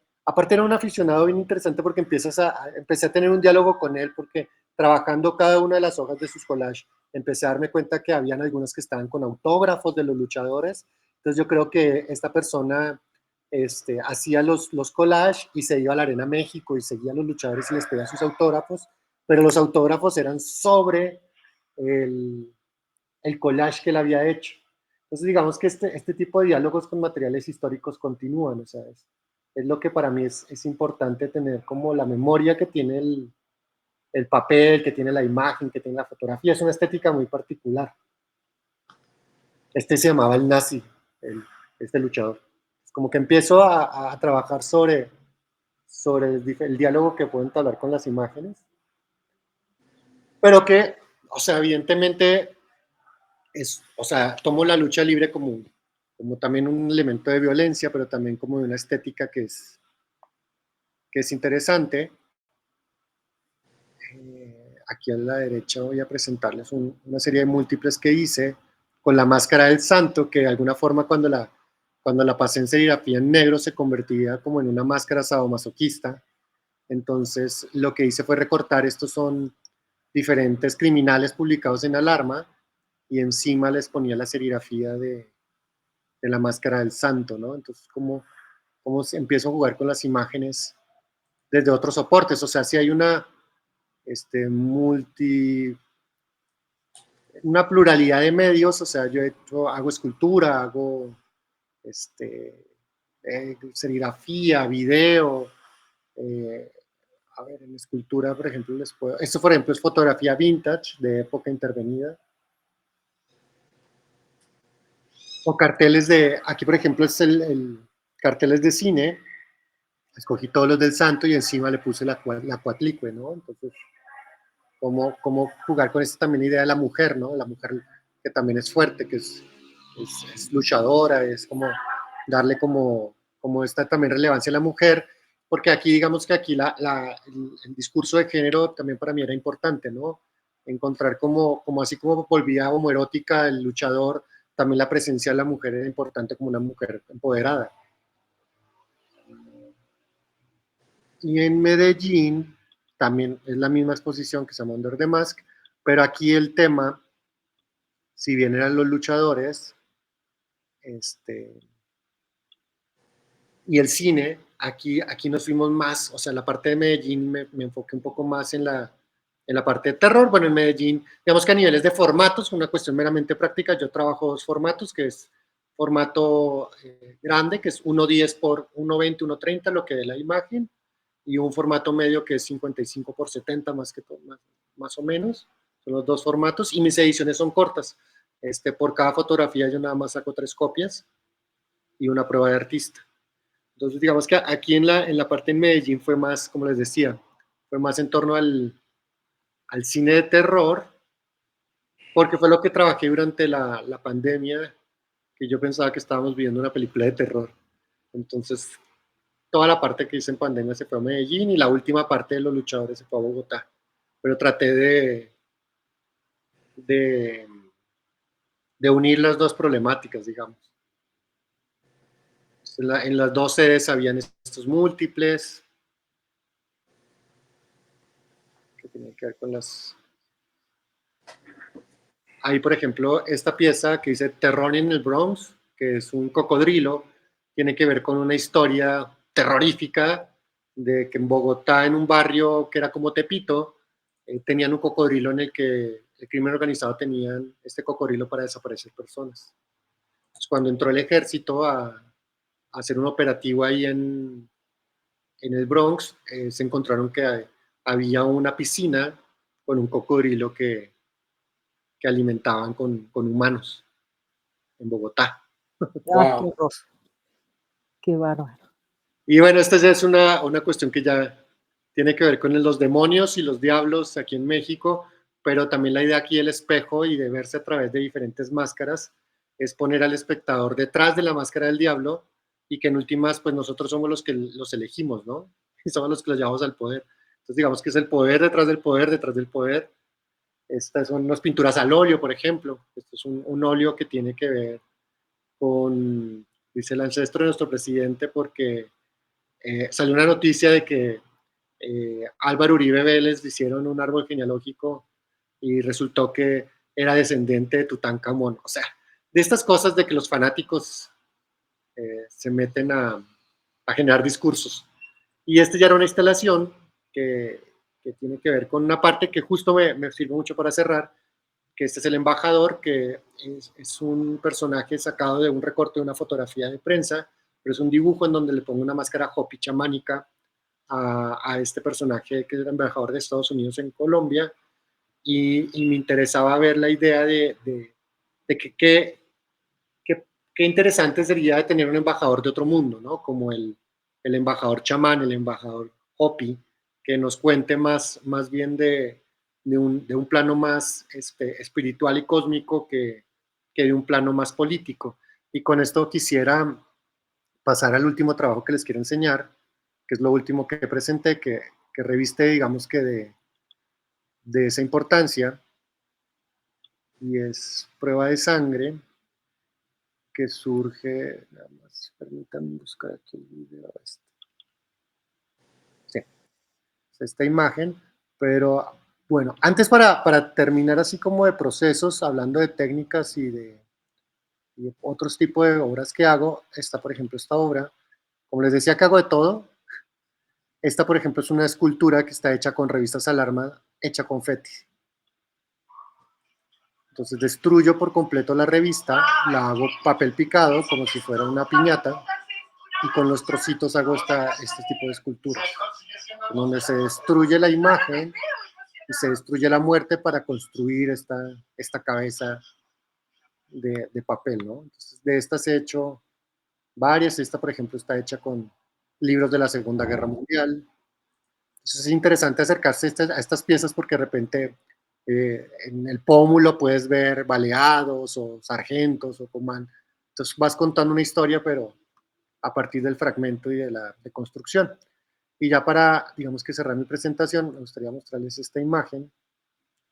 Esta es mi última obra, que parte de una invitación de Fundación Arqué, es una fundación en Madrid, que tiene un archivo histórico enorme, y ellos me invitaron en 2023 a revisar su archivo, y revisando su archivo, en un sobre había una foto que decía Manuel Quintín Lame, 1942.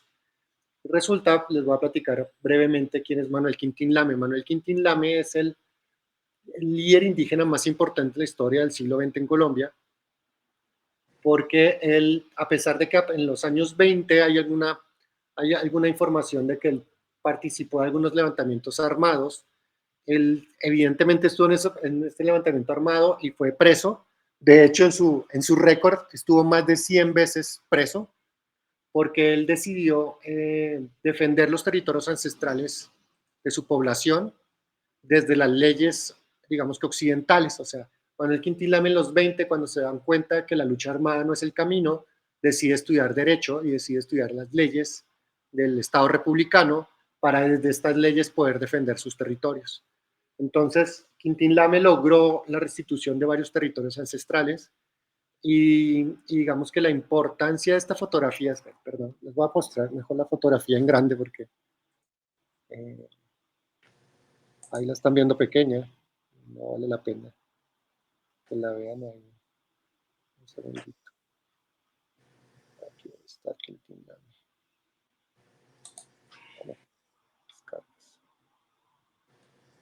Entonces, digamos que esta fotografía, digamos que ahí empieza como de nuevo como este azar y esta suerte, entre comillas, del creador de imágenes, y es que de Quintín Lame no existía una imagen, de Quintín Lame no existía una fotografía, sino que existía una firma que la utilizó un artista que se llamó Antonio Caro.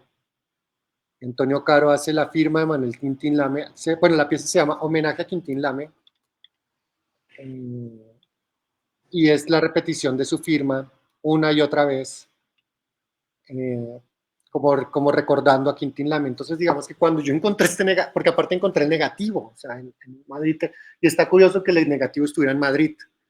Entonces, en Madrid tienen el negativo, y digamos que con la fundación logré un trato en donde me cedieron los derechos de la imagen, y rastreando, digamos que la imagen eran dos, o sea, un díptico, digamos que se armó un díptico porque los dos negativos era esa imagen y era esta imagen. Y esta es una imagen que la pieza, digamos que la pieza se hace sola, porque es una prueba de sangre, que es lo que les digo, o sea, ahorita que estaba hablando del muestrario, y pues el que hace un muestrario se encuentra una prueba de sangre y una fotografía de cuando le están haciendo una prueba de sangre a Quintín Lame, un doctor occidental. Y digamos que aquí esta pieza es maravillosa porque habla de cómo la sangre indígena es la que cuenta la historia de sus territorios, ¿no? Entonces, él está la foto y está él aquí enseñando el dedo en el que extrajeron su sangre. Y digamos que cuando les hablaba de una materialidad y de cómo se pintan las fotos, acá grabé un extracto porque para mí fue importante, es que una vez pintada la imagen, conseguí ayahuasca, esta planta sagrada, y aquí es una intervención que es más simbólica, porque pues realmente no hay ningún pigmento aquí, pero es como darle a través de la ayahuasca y a través de la planta sagrada una nueva energía a la imagen, que bueno, la piel de Quintín Lame, no utilicé óleo, sino que utilicé achiote, que el achiote es un pigmento natural que representa la sangre, que representa, digamos que todas las culturas ancestrales cuando se pintaban su piel con achiote eran porque se salían en combate, también tiene sus elementos de curación porque ayudó a la cicatrización. Entonces digamos que aquí ya amplié, digamos que mi paleta de materiales del óleo al achiote y a la ayahuasca. Entonces digamos que acá podemos ver, estuvo, entre comillas, padre el recorrido porque les pude presentar cómo empecé, digamos, a partir de recortes de prensa a, a terminar a intervenir una foto de Quintín Lame con ayahuasca. Entonces, y que ahorita lo paradójico y lo hermoso de la invitación es que este negativo lo encontramos en 2023 y la foto en este momento se está exponiendo, que es por primera vez que se expone en Centro Cibeles en Madrid. Entonces, digamos que en un centro que está en el corazón de los reyes católicos de España, estamos restituyendo la imagen literal de Manuel Quintín Lame en España y en Colombia, ¿no? Entonces, apenas se va a presentar en Colombia esta fotografía en octubre de este año, que es la Feria de Arte de Bogotá, y decidimos con mi galería presentarla por primera vez en Colombia, esta imagen en septiembre. Pues casi que aquí es como la previa y la primicia, entre comillas, de esta obra que empieza su recorrido apenas, o sea, les presenté trabajo de hace años y lo que estoy haciendo ahorita.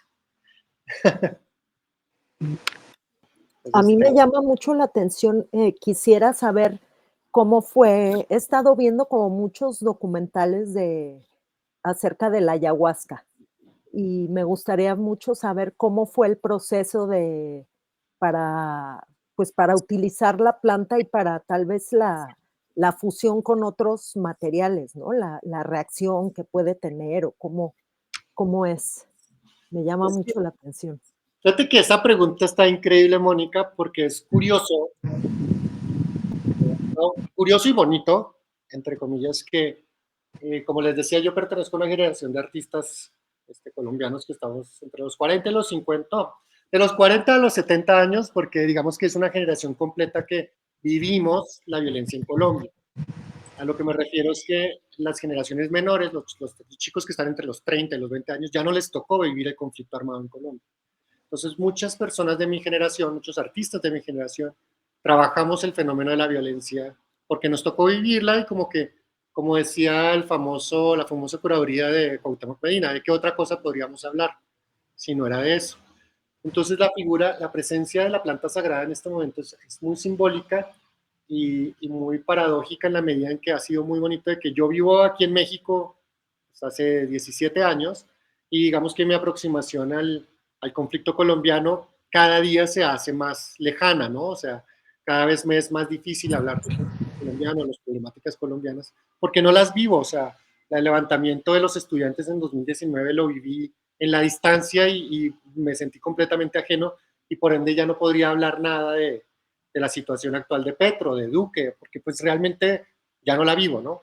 Pero a lo que voy es que está muy, muy interesante que el año pasado y este año durante la feria han venido varios artistas colombianos y varios artistas que trabajábamos la violencia y artistas como Edinson Quiñones, que es un artista que trabaja, que tiene un nivel de compromiso con el arte político y arte violento gruesísimo. O sea, Edinson llegó a recolectar balas, no, o sea, casquillos de balas que a lo mejor en medio de los combates caían sin ser estalladas, o sea, sin ser usadas, y Edinson ponía una vela frente a la bala y él se ponía frente a ella, exponiendo su propia vida.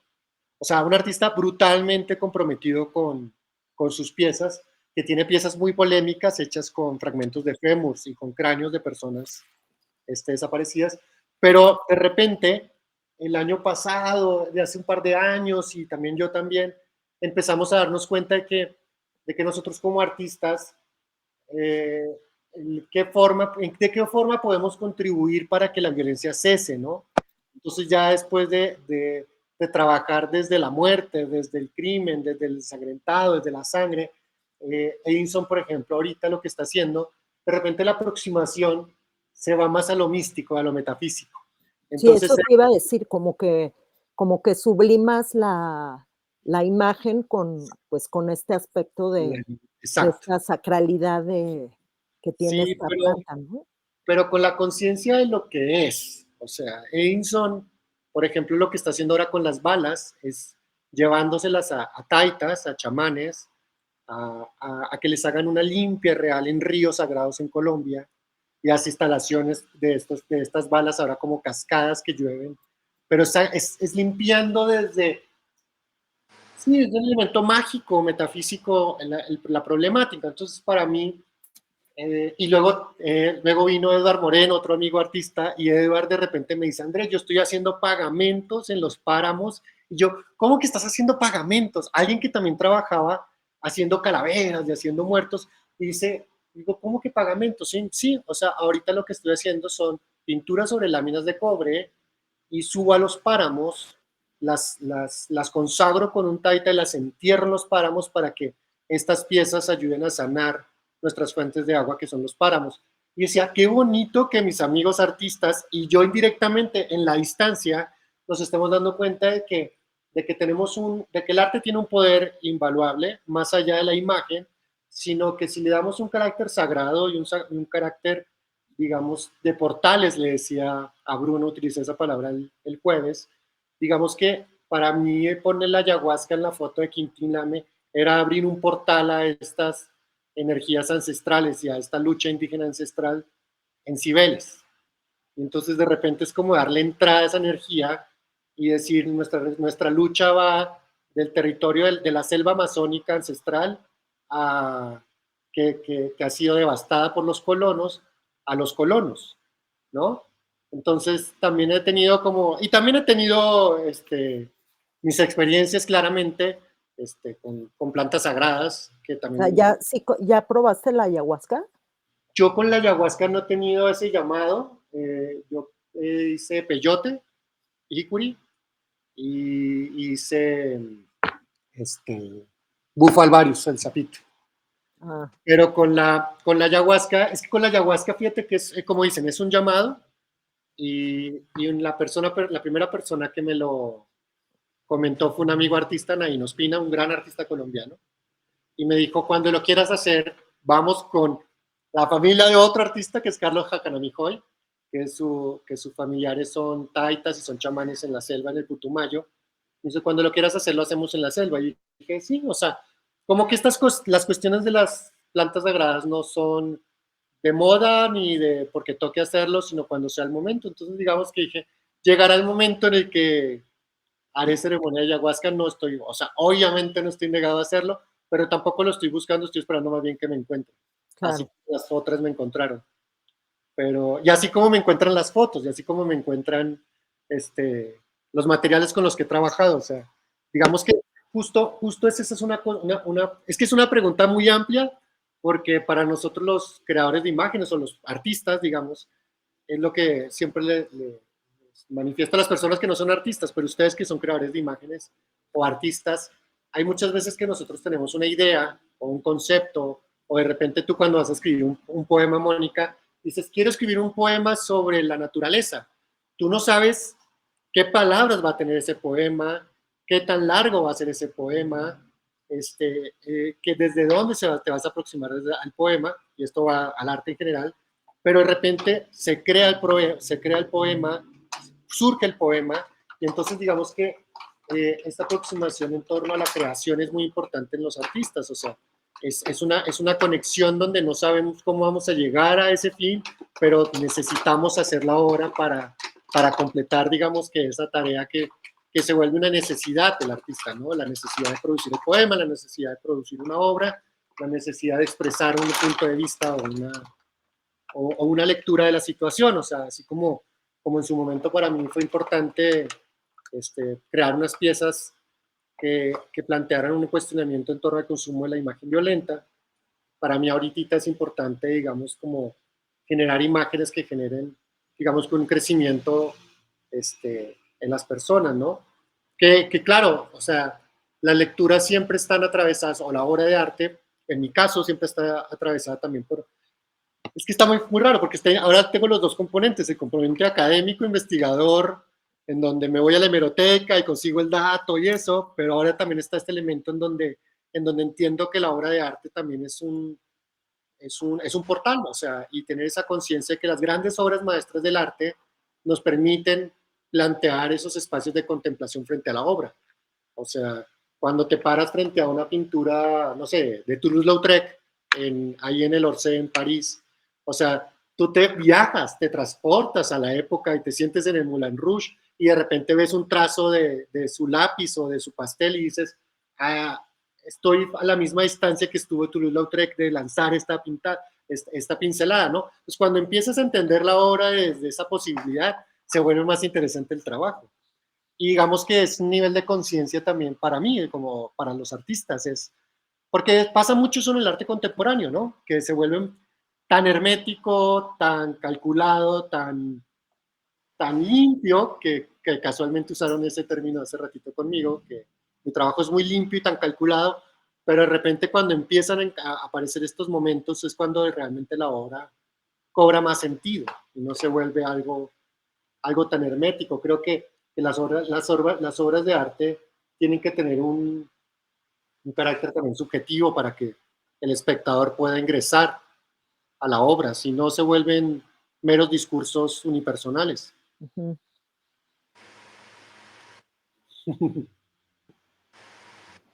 Bueno, pues yo creo que pues agradecerte, Andrés, de toda tu generosidad en tu proceso. Me gustó mucho ver la forma en que vas pintando tus piezas, ¿no? Las dimensiones, cómo exactamente lo haces cada vez más poética la forma en que vas construyendo estas narrativas, ¿no? Porque en un principio era como muy carnal, muy de asombro y ahora cada vez es más sugerente, poético, espiritual y entonces también como este proceso de vida, ¿no? Como se ve que va, los artistas van vivenciando, ¿no? Y van pasando por estas experiencias.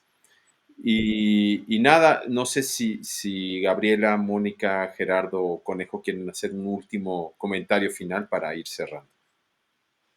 Sí, yo quería hacer algunos comentarios.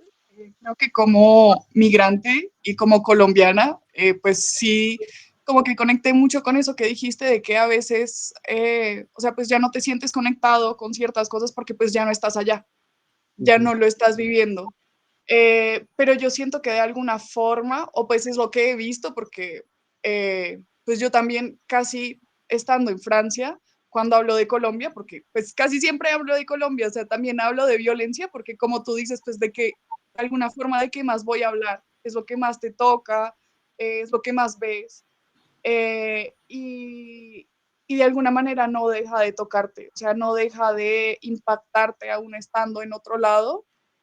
Eh, y eso me parece súper interesante también, cómo vives las cosas desde afuera, también con esta frustración casi de no estar allá. Yo recuerdo por lo menos lo de la revolución, pues como el levantamiento de los estudiantes en el 2019. Sí. Eh, porque yo hice un premédico, nunca seguí con mi carrera de medicina, pero hice un premédico y tengo muchos amigos de la Nacional que durante ese levantamiento estudiante hicieron como una cruz roja, más o menos, en las manifestaciones. Sí, eso Eh, es muy bonito. sí, que justo pues los policías los agredieron y pues yo estando afuera, pues también me tocó y de una manera súper diferente, también diciendo pues yo qué hago aquí, como que en mi privilegio, digamos, como que aquí no, de alguna forma no está pasando nada y la gente alrededor mío no sabe qué es lo que está pasando y yo estoy pensando en esto todo el tiempo. Lo mismo de los grupos armados, pues hace poco, o sea, mi familia es de la costa, a pesar de que yo crecí en Bogotá, soy cachaca, pues, de alguna forma. Pues lo de los grupos armados siempre tocó mucho a mi familia, sobre todo viniendo de pueblos costeños, ¿no? Siempre fue una cosa casi cotidiana y que ahora sigue estando súper presente. Hace poco a mi papá lo vacunaron, las FARC, y pues también estuvo amenazado y lo mismo yo estando afuera decía como no estoy ahí, no puedo estar ahí para él, de alguna forma no estoy viviendo esto, también hay algo como incómodo de hablar de estas problemáticas estando afuera, pero sí, eso me parece súper interesante igual, porque la violencia no deja, no sé si de perseguirte, pero no deja de impactarte. No sigue siendo parte de ti esta violencia pues, de tu país, así no estés ahí. Y Sí. eso es súper interesante, me parece.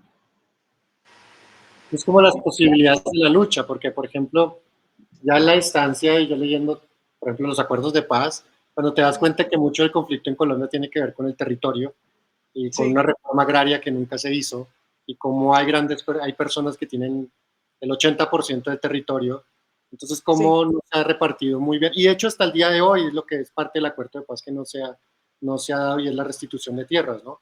Entonces digamos sí, que desde la distancia yo veía, el problema de Colombia es un problema de tierras, de restitución de tierras, pero lo curioso es que es la parte mágica, digamos. Me llega la foto de Quintín Lame y entonces ya me meto a estudiar sobre su lucha y digo, era una lucha por la tierra, o sea, en últimas seguimos en lo mismo. Entonces digamos, bueno, puedo ser partícipe en la distancia y aparte lo paradójico, o sea, la foto le llega a un colombiano que vive en México, pero le llega en Madrid, porque justo había ido a dar París, entonces hice una escala en Madrid y encuentro esta foto y es como, qué interesante el tránsito de una imagen y el tránsito de una problemática que le llega a una persona que yo llevo, o sea, mi trabajo siempre ha sido netamente político con las problemáticas de Colombia y de México toda mi carrera, ¿no? Y que de alguna forma siempre que digo, ya no voy a trabajar con muertos, ya no voy a trabajar con política, ¡pum!, te llega una foto, ¿no? Porque de repente lo que me pasó con las flores, de repente ahorita empecé a conseguir fotos de dije, voy a trabajar con Kennedy, con íconos de los 60, ¿no? Para una exposición que tengo, bueno, mediados, a finales de año. Y ayer hablando con Marcelo Brodsky, que es el otro artista que va a exponer ahí, me dice, oye Andrés, y si trabajamos el problema migrante, y tú eres un migrante, tú vives en México, y si trabajamos con la problemática de los migrantes africanos a España, y le dije, pues sí, es un problema interesante. Y yo llegué a plantearle, ¿por qué no trabajamos con la carrera espacial y que vamos a Marte? Y me dice, y entonces terminamos armando la exposición. Esta exposición va a estar en noviembre en Madrid, porque fue interesante ayer que estuve hablando con él, cómo pasamos de que yo quería trabajar algo completamente ajeno a, que era como la carrera espacial, desde Kennedy y como ahora tenemos una necesidad de llegar a Marte, ¿no? Pero tenemos entre comillas porque es una necesidad de la élite. O sí, sea, ¿cuánto dinero se está empleando para llegar a Marte cuando, cuando aquí hay personas que se están muriendo de hambre, ¿no? Y hay migrantes que no tienen una nave espacial, pero tienen estas balsas para atravesar el Mediterráneo, ¿no? Entonces, como ayer, por pura coincidencias, entre comillas, de discursos, terminamos arreglando una exposición que va a hablar de la migración desde dos puntos de vista, desde la migración forzada aquí en la Tierra a la migración idealizada a otro planeta, ¿no?